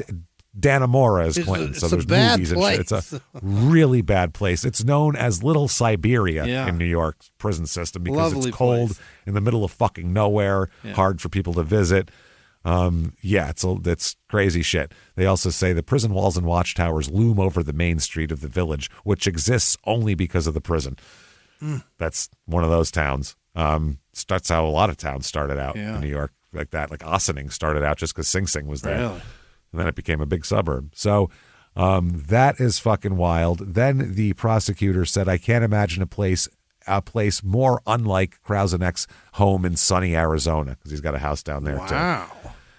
So 2023 comes around. They file an appeal here, obviously. Yeah. They file an appeal immediately. Then in 2023, James dies in prison. Oh, the poor bastard. 71. He is not used to that life. He got up there. He was in that shit life for a year and he died. Jesus, what's worse than that? Yeah, it's one thing if people are in prison for 40 years, but when you haven't had a normal life and then you go to prison in your late 60s, that's not great. You're 70 years old. So, yeah, he dies at 71. He was barely in there 2 years. No good. So the thing about this is, for Jim, I mean, it doesn't help him any because he spent his last days in prison, but according to what I like to call the Aaron Hernandez rule. Oh, the old Aaron Hernandez clause. The fact that his appeal was in process of the time of this means that he's now technically innocent. This vacates the conviction. He gets a proper burial. If you die while your appeal for that crime you're in prison for is still in the midst, it wipes out the conviction. Yeah. Just like Aaron Hernandez, this guy's technically innocent. That's terrific. His conviction was erased and his indictment dismissed because he had a pending appeal. I love it. Interesting. The Monroe County District Attorney's Office supported this, while Krausenek's family wanted the appeal to continue after his death. They said, no. We want this to play out in court that he's fucking innocent, not that you just say it.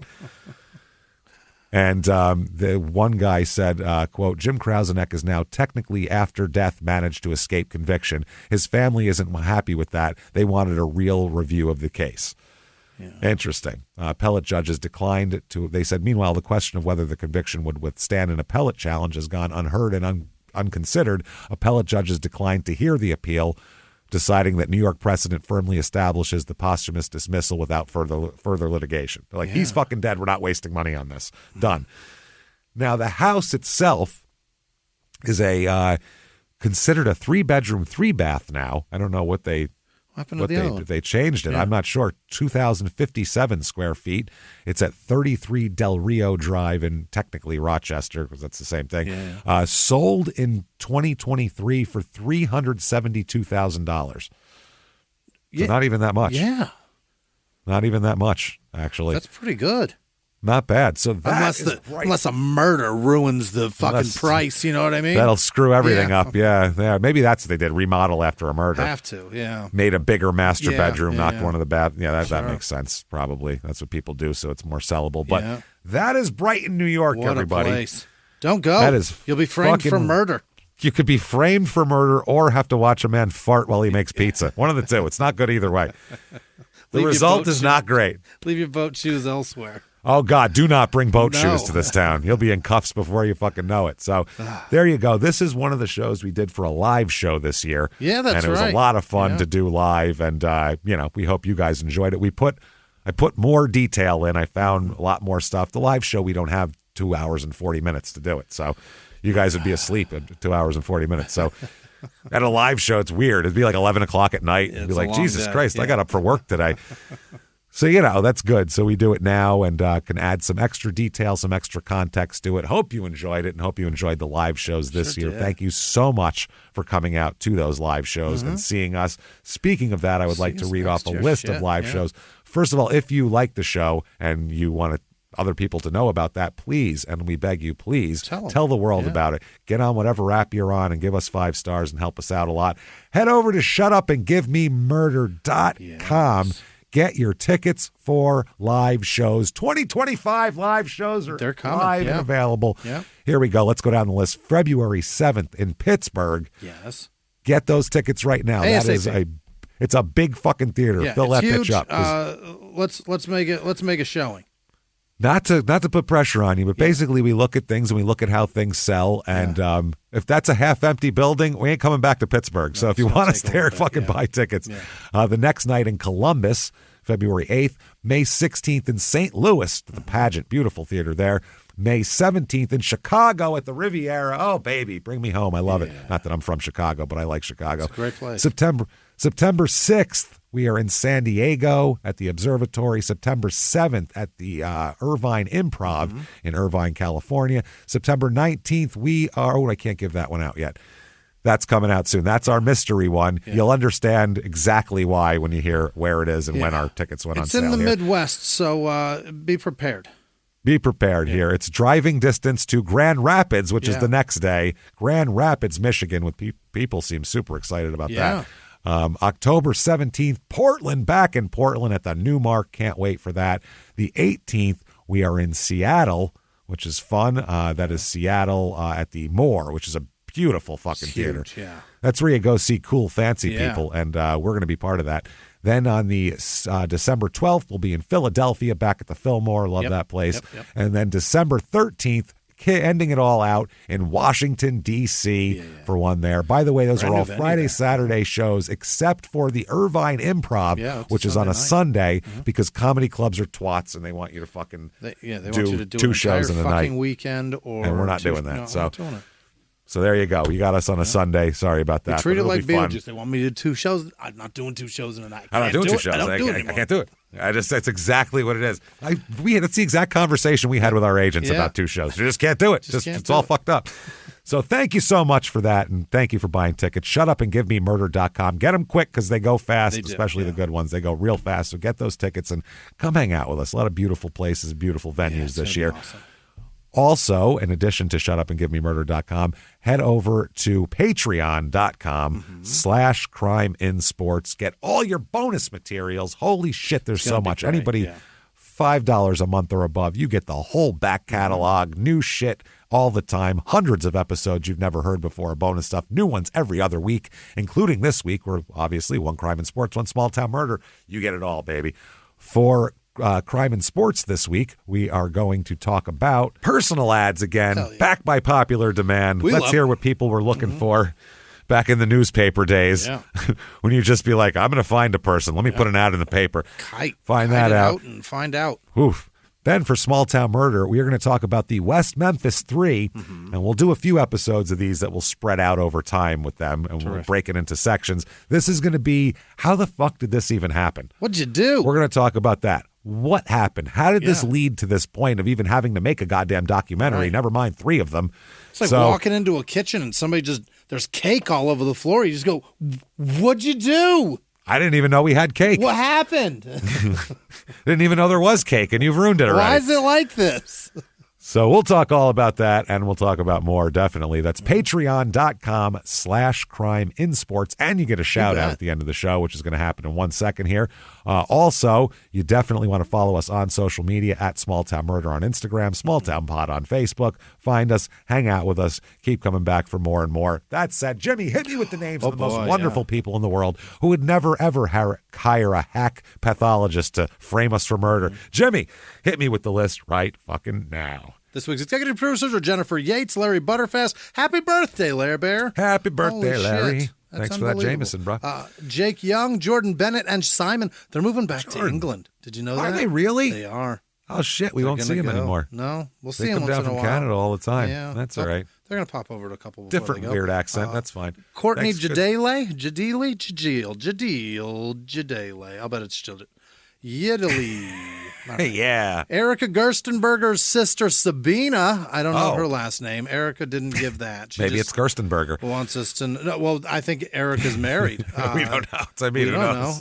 Also, Angie Pennington, Aaron Stevens, Christine Lewis, Ashley Williams, Tyler and Brittany Jones, and Crystal My Purdy Newland. Thank you all so much. You're fantastic. Thank you. Other producers this week are Linda Maroney and Harry Balzac.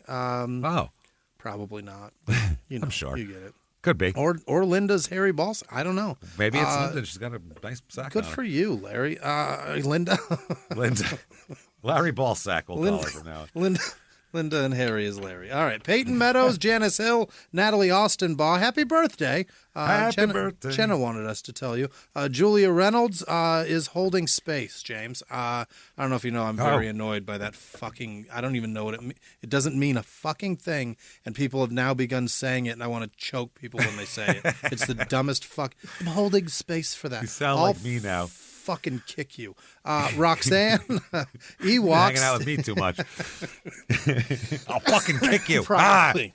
Roxanne with no last name, Ewok with no last name, Sassy, Apron Springs, Strings, got you, all right. Angelica Garpland, Seedorf, Lacey Ward, Derek 89, Claudia Berry, Nina with no last name, Jason Ogden, Aziz with no last name, Kadeem Hunt is another person, DNT, DN, not M, Renee Linton, Hannah Goodman, Danae Upshaw, MC118Z, Paul Simon, Jail, Jaji. Oh, Paul Simon, very nice. Jaji? Is this this? Oh. Did I not press enter and Jaji is another person? I don't know. Your guess is as good as mine. Carrie Stewart, Rebecca with no last name, Michael Pettit, Jessica Keefe, Christopher Cox, Sinclair with no last name, Kelsey Lang, 810, Bill Vestrand, Nicole Huff, Lori with no last name, Bailey Gallops, Shalee Turner, Renner. Shalee or Shellis? Are any of these people holding space though, Jimmy? I think all of them are holding space for us, and I'm so glad you said that. By the way, in real life, Jimmy says shit like that all the time. On the show, he lets it slide off him. In real life, he's like, "I will fucking kick that person," and that's why I hang out with him. And he come on the show, and I sound like a psychopath, and he's like, "Yeah, that's crazy, man." I'm like, "Where the fuck are you? Where are you?" It's just when people say things in my head, I know. Can't take it. We talk about it all the time. Yeah. Well, this is our private conversations. Could you believe this fucking asshole? Those are every conversation we have. Sorry to interrupt you. Bain Ross. John with no last name. Amberly Amberly Minge, maybe. Amberly and her Minge. I don't know. Both of them? Amberly might be a dude. She's bringing her Minge with her. Minge. That's nice. Who knows? Rose Bloom, Kristen S., Molly Crawford, Rena Dutt, Megan Bussing Todd, Kaiser Soze, Travis Hoffman, Jamie. He's coming out of hiding. Yeah, Jamie Amo, Delaney Ellison, I think. Maybe Delane. I don't know. Captain Zod, Joe Lynn, Julia Thompson, Archanti Hill, Nicole with no last name, Joyce with no last name, Jennifer Gasser, Deanna Katz, Helper with no last name, Ali with no last name, Mama Red 89, Michelle O'Coin, the Leaf Man, 77, Bernadette Dannerer, Shane Carl Rosini, Bernadette, Charmaine, Laura Edward, Nicole Winkler, Jablues, all right, Gary Keita maybe, Jake Yeager, Angelo Leonardo, Brian Atkinson, Liv the Kid, Francesca Curley, Curie, that's what that is. Austin Duncan, Lisa with no last name, Kat P. That's fantastic. Beatrice Rojas, Carrie Grooms Harvey, Joan. Oh, don't do that, Carrie. Joan Kemp, Christian Klepper, Martin Grubbs, Mark Roser, Lacey Johnson, Krista D, Adam Fellmeister, Jen T, Matt Smith, Patrick Newsom, Frank with no last name, Lori Harris, Carter Hayes, Mimi to Aver, and P. I don't know what that means. Mimi did something for Aver and P. Ollie with no last name, Michelle Phillips, Jacob Scrivener, Vane Ferry, Suzanne Moore, Jolie, Lair Fitzer, Pfizer, Shannon North, Pridge with no last name, Rach Adri, Zainab, okay. Espahani, holy fuck, Zainab. Jeff with no last name, Holly with no last name, Jamie Burns, David Gilbert, Brian Hilliard, Jared with no last name, Lori Taylor, Sean LaBouffe, Dellis Gribben, Chantel Johnson, Meredith Collins, Liz Wilson, Ryan with no last name, Rachel Canig, Audra with no last name, Sophie Warren, Blades, Lindsay Tatum Thompson, Annie McCormick, Alyssa Polselli, Brenna Botsford, Aileen Quatch, Monica Wemus, Harrison Ecott, Megan Alvarado, Rob Davis, Mary Peters, Amanda Neese, M4 CEO, Brian Smuck, Brenda Hugh, Crystal with no last name, Ashley Pasek, Gabby with no last name, Stephanie with no last name, Alex McCoggan. Oh, boy. McCoggan what? What do you put in your Coggin? That's it. That's the last name. Alex McCoggan. McCoggan Alex. All right. Heather Jeter, Raymond, Remy V, Maxim Dinov, Tiffany Morovia, Nicole Ware, William Jackson, 843-230, Grayson, Sydney Tobias, Naomi Olison, April Capaccio, McConica, Monica Noakes, Danny Lee Tedder, Anna with no last name, Amy Ninja, Erica Davis, Chrissy B, Jenna Fortune, Sharon Mokum, Jessica Eastman, Brian Murphy, Sheila Jaggard, Adam Vines, Dave with no last name, Eric Sohn, Rashad Stanford, Mel with no last name, Callista Begley, Jacob Parker, Jessica with no last name, Danica Schoenfeld, Chelsea with no last name, Lauren Secco, Nate Thompson, Brittany Ernst, and all of our patrons. We love you. Thank you so much, everybody. You're unbelievable. You fantastic, wonderful fucking bastards. We love you so much. We can't wait to come out and see everybody this year. And thank you for being patrons, and thank you for enjoying the crazy content we put out on there. Yeah, you're awesome. Fuck yeah. We appreciate everything you do for us. Thank you so much. And if you want to follow us on social media, very easy to do that. Shutupandgivememurder.com. Drop down menu. It has all that shit. Get in there. Keep hanging out with us. And until next week, everybody, it's been our pleasure. Bye.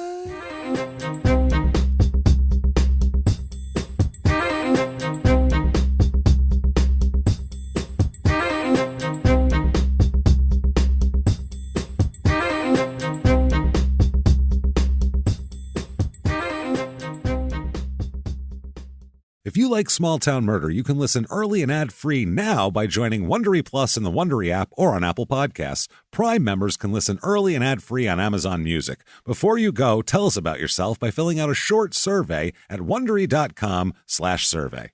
It takes one guy out there to say, who's that Kyle who thinks he can just get on a microphone on a podcast and start publicizing this? From iHeart Podcasts and Tenderfoot TV comes a new true crime podcast, Crook County. I got recruited into the mob when I was 17 years old.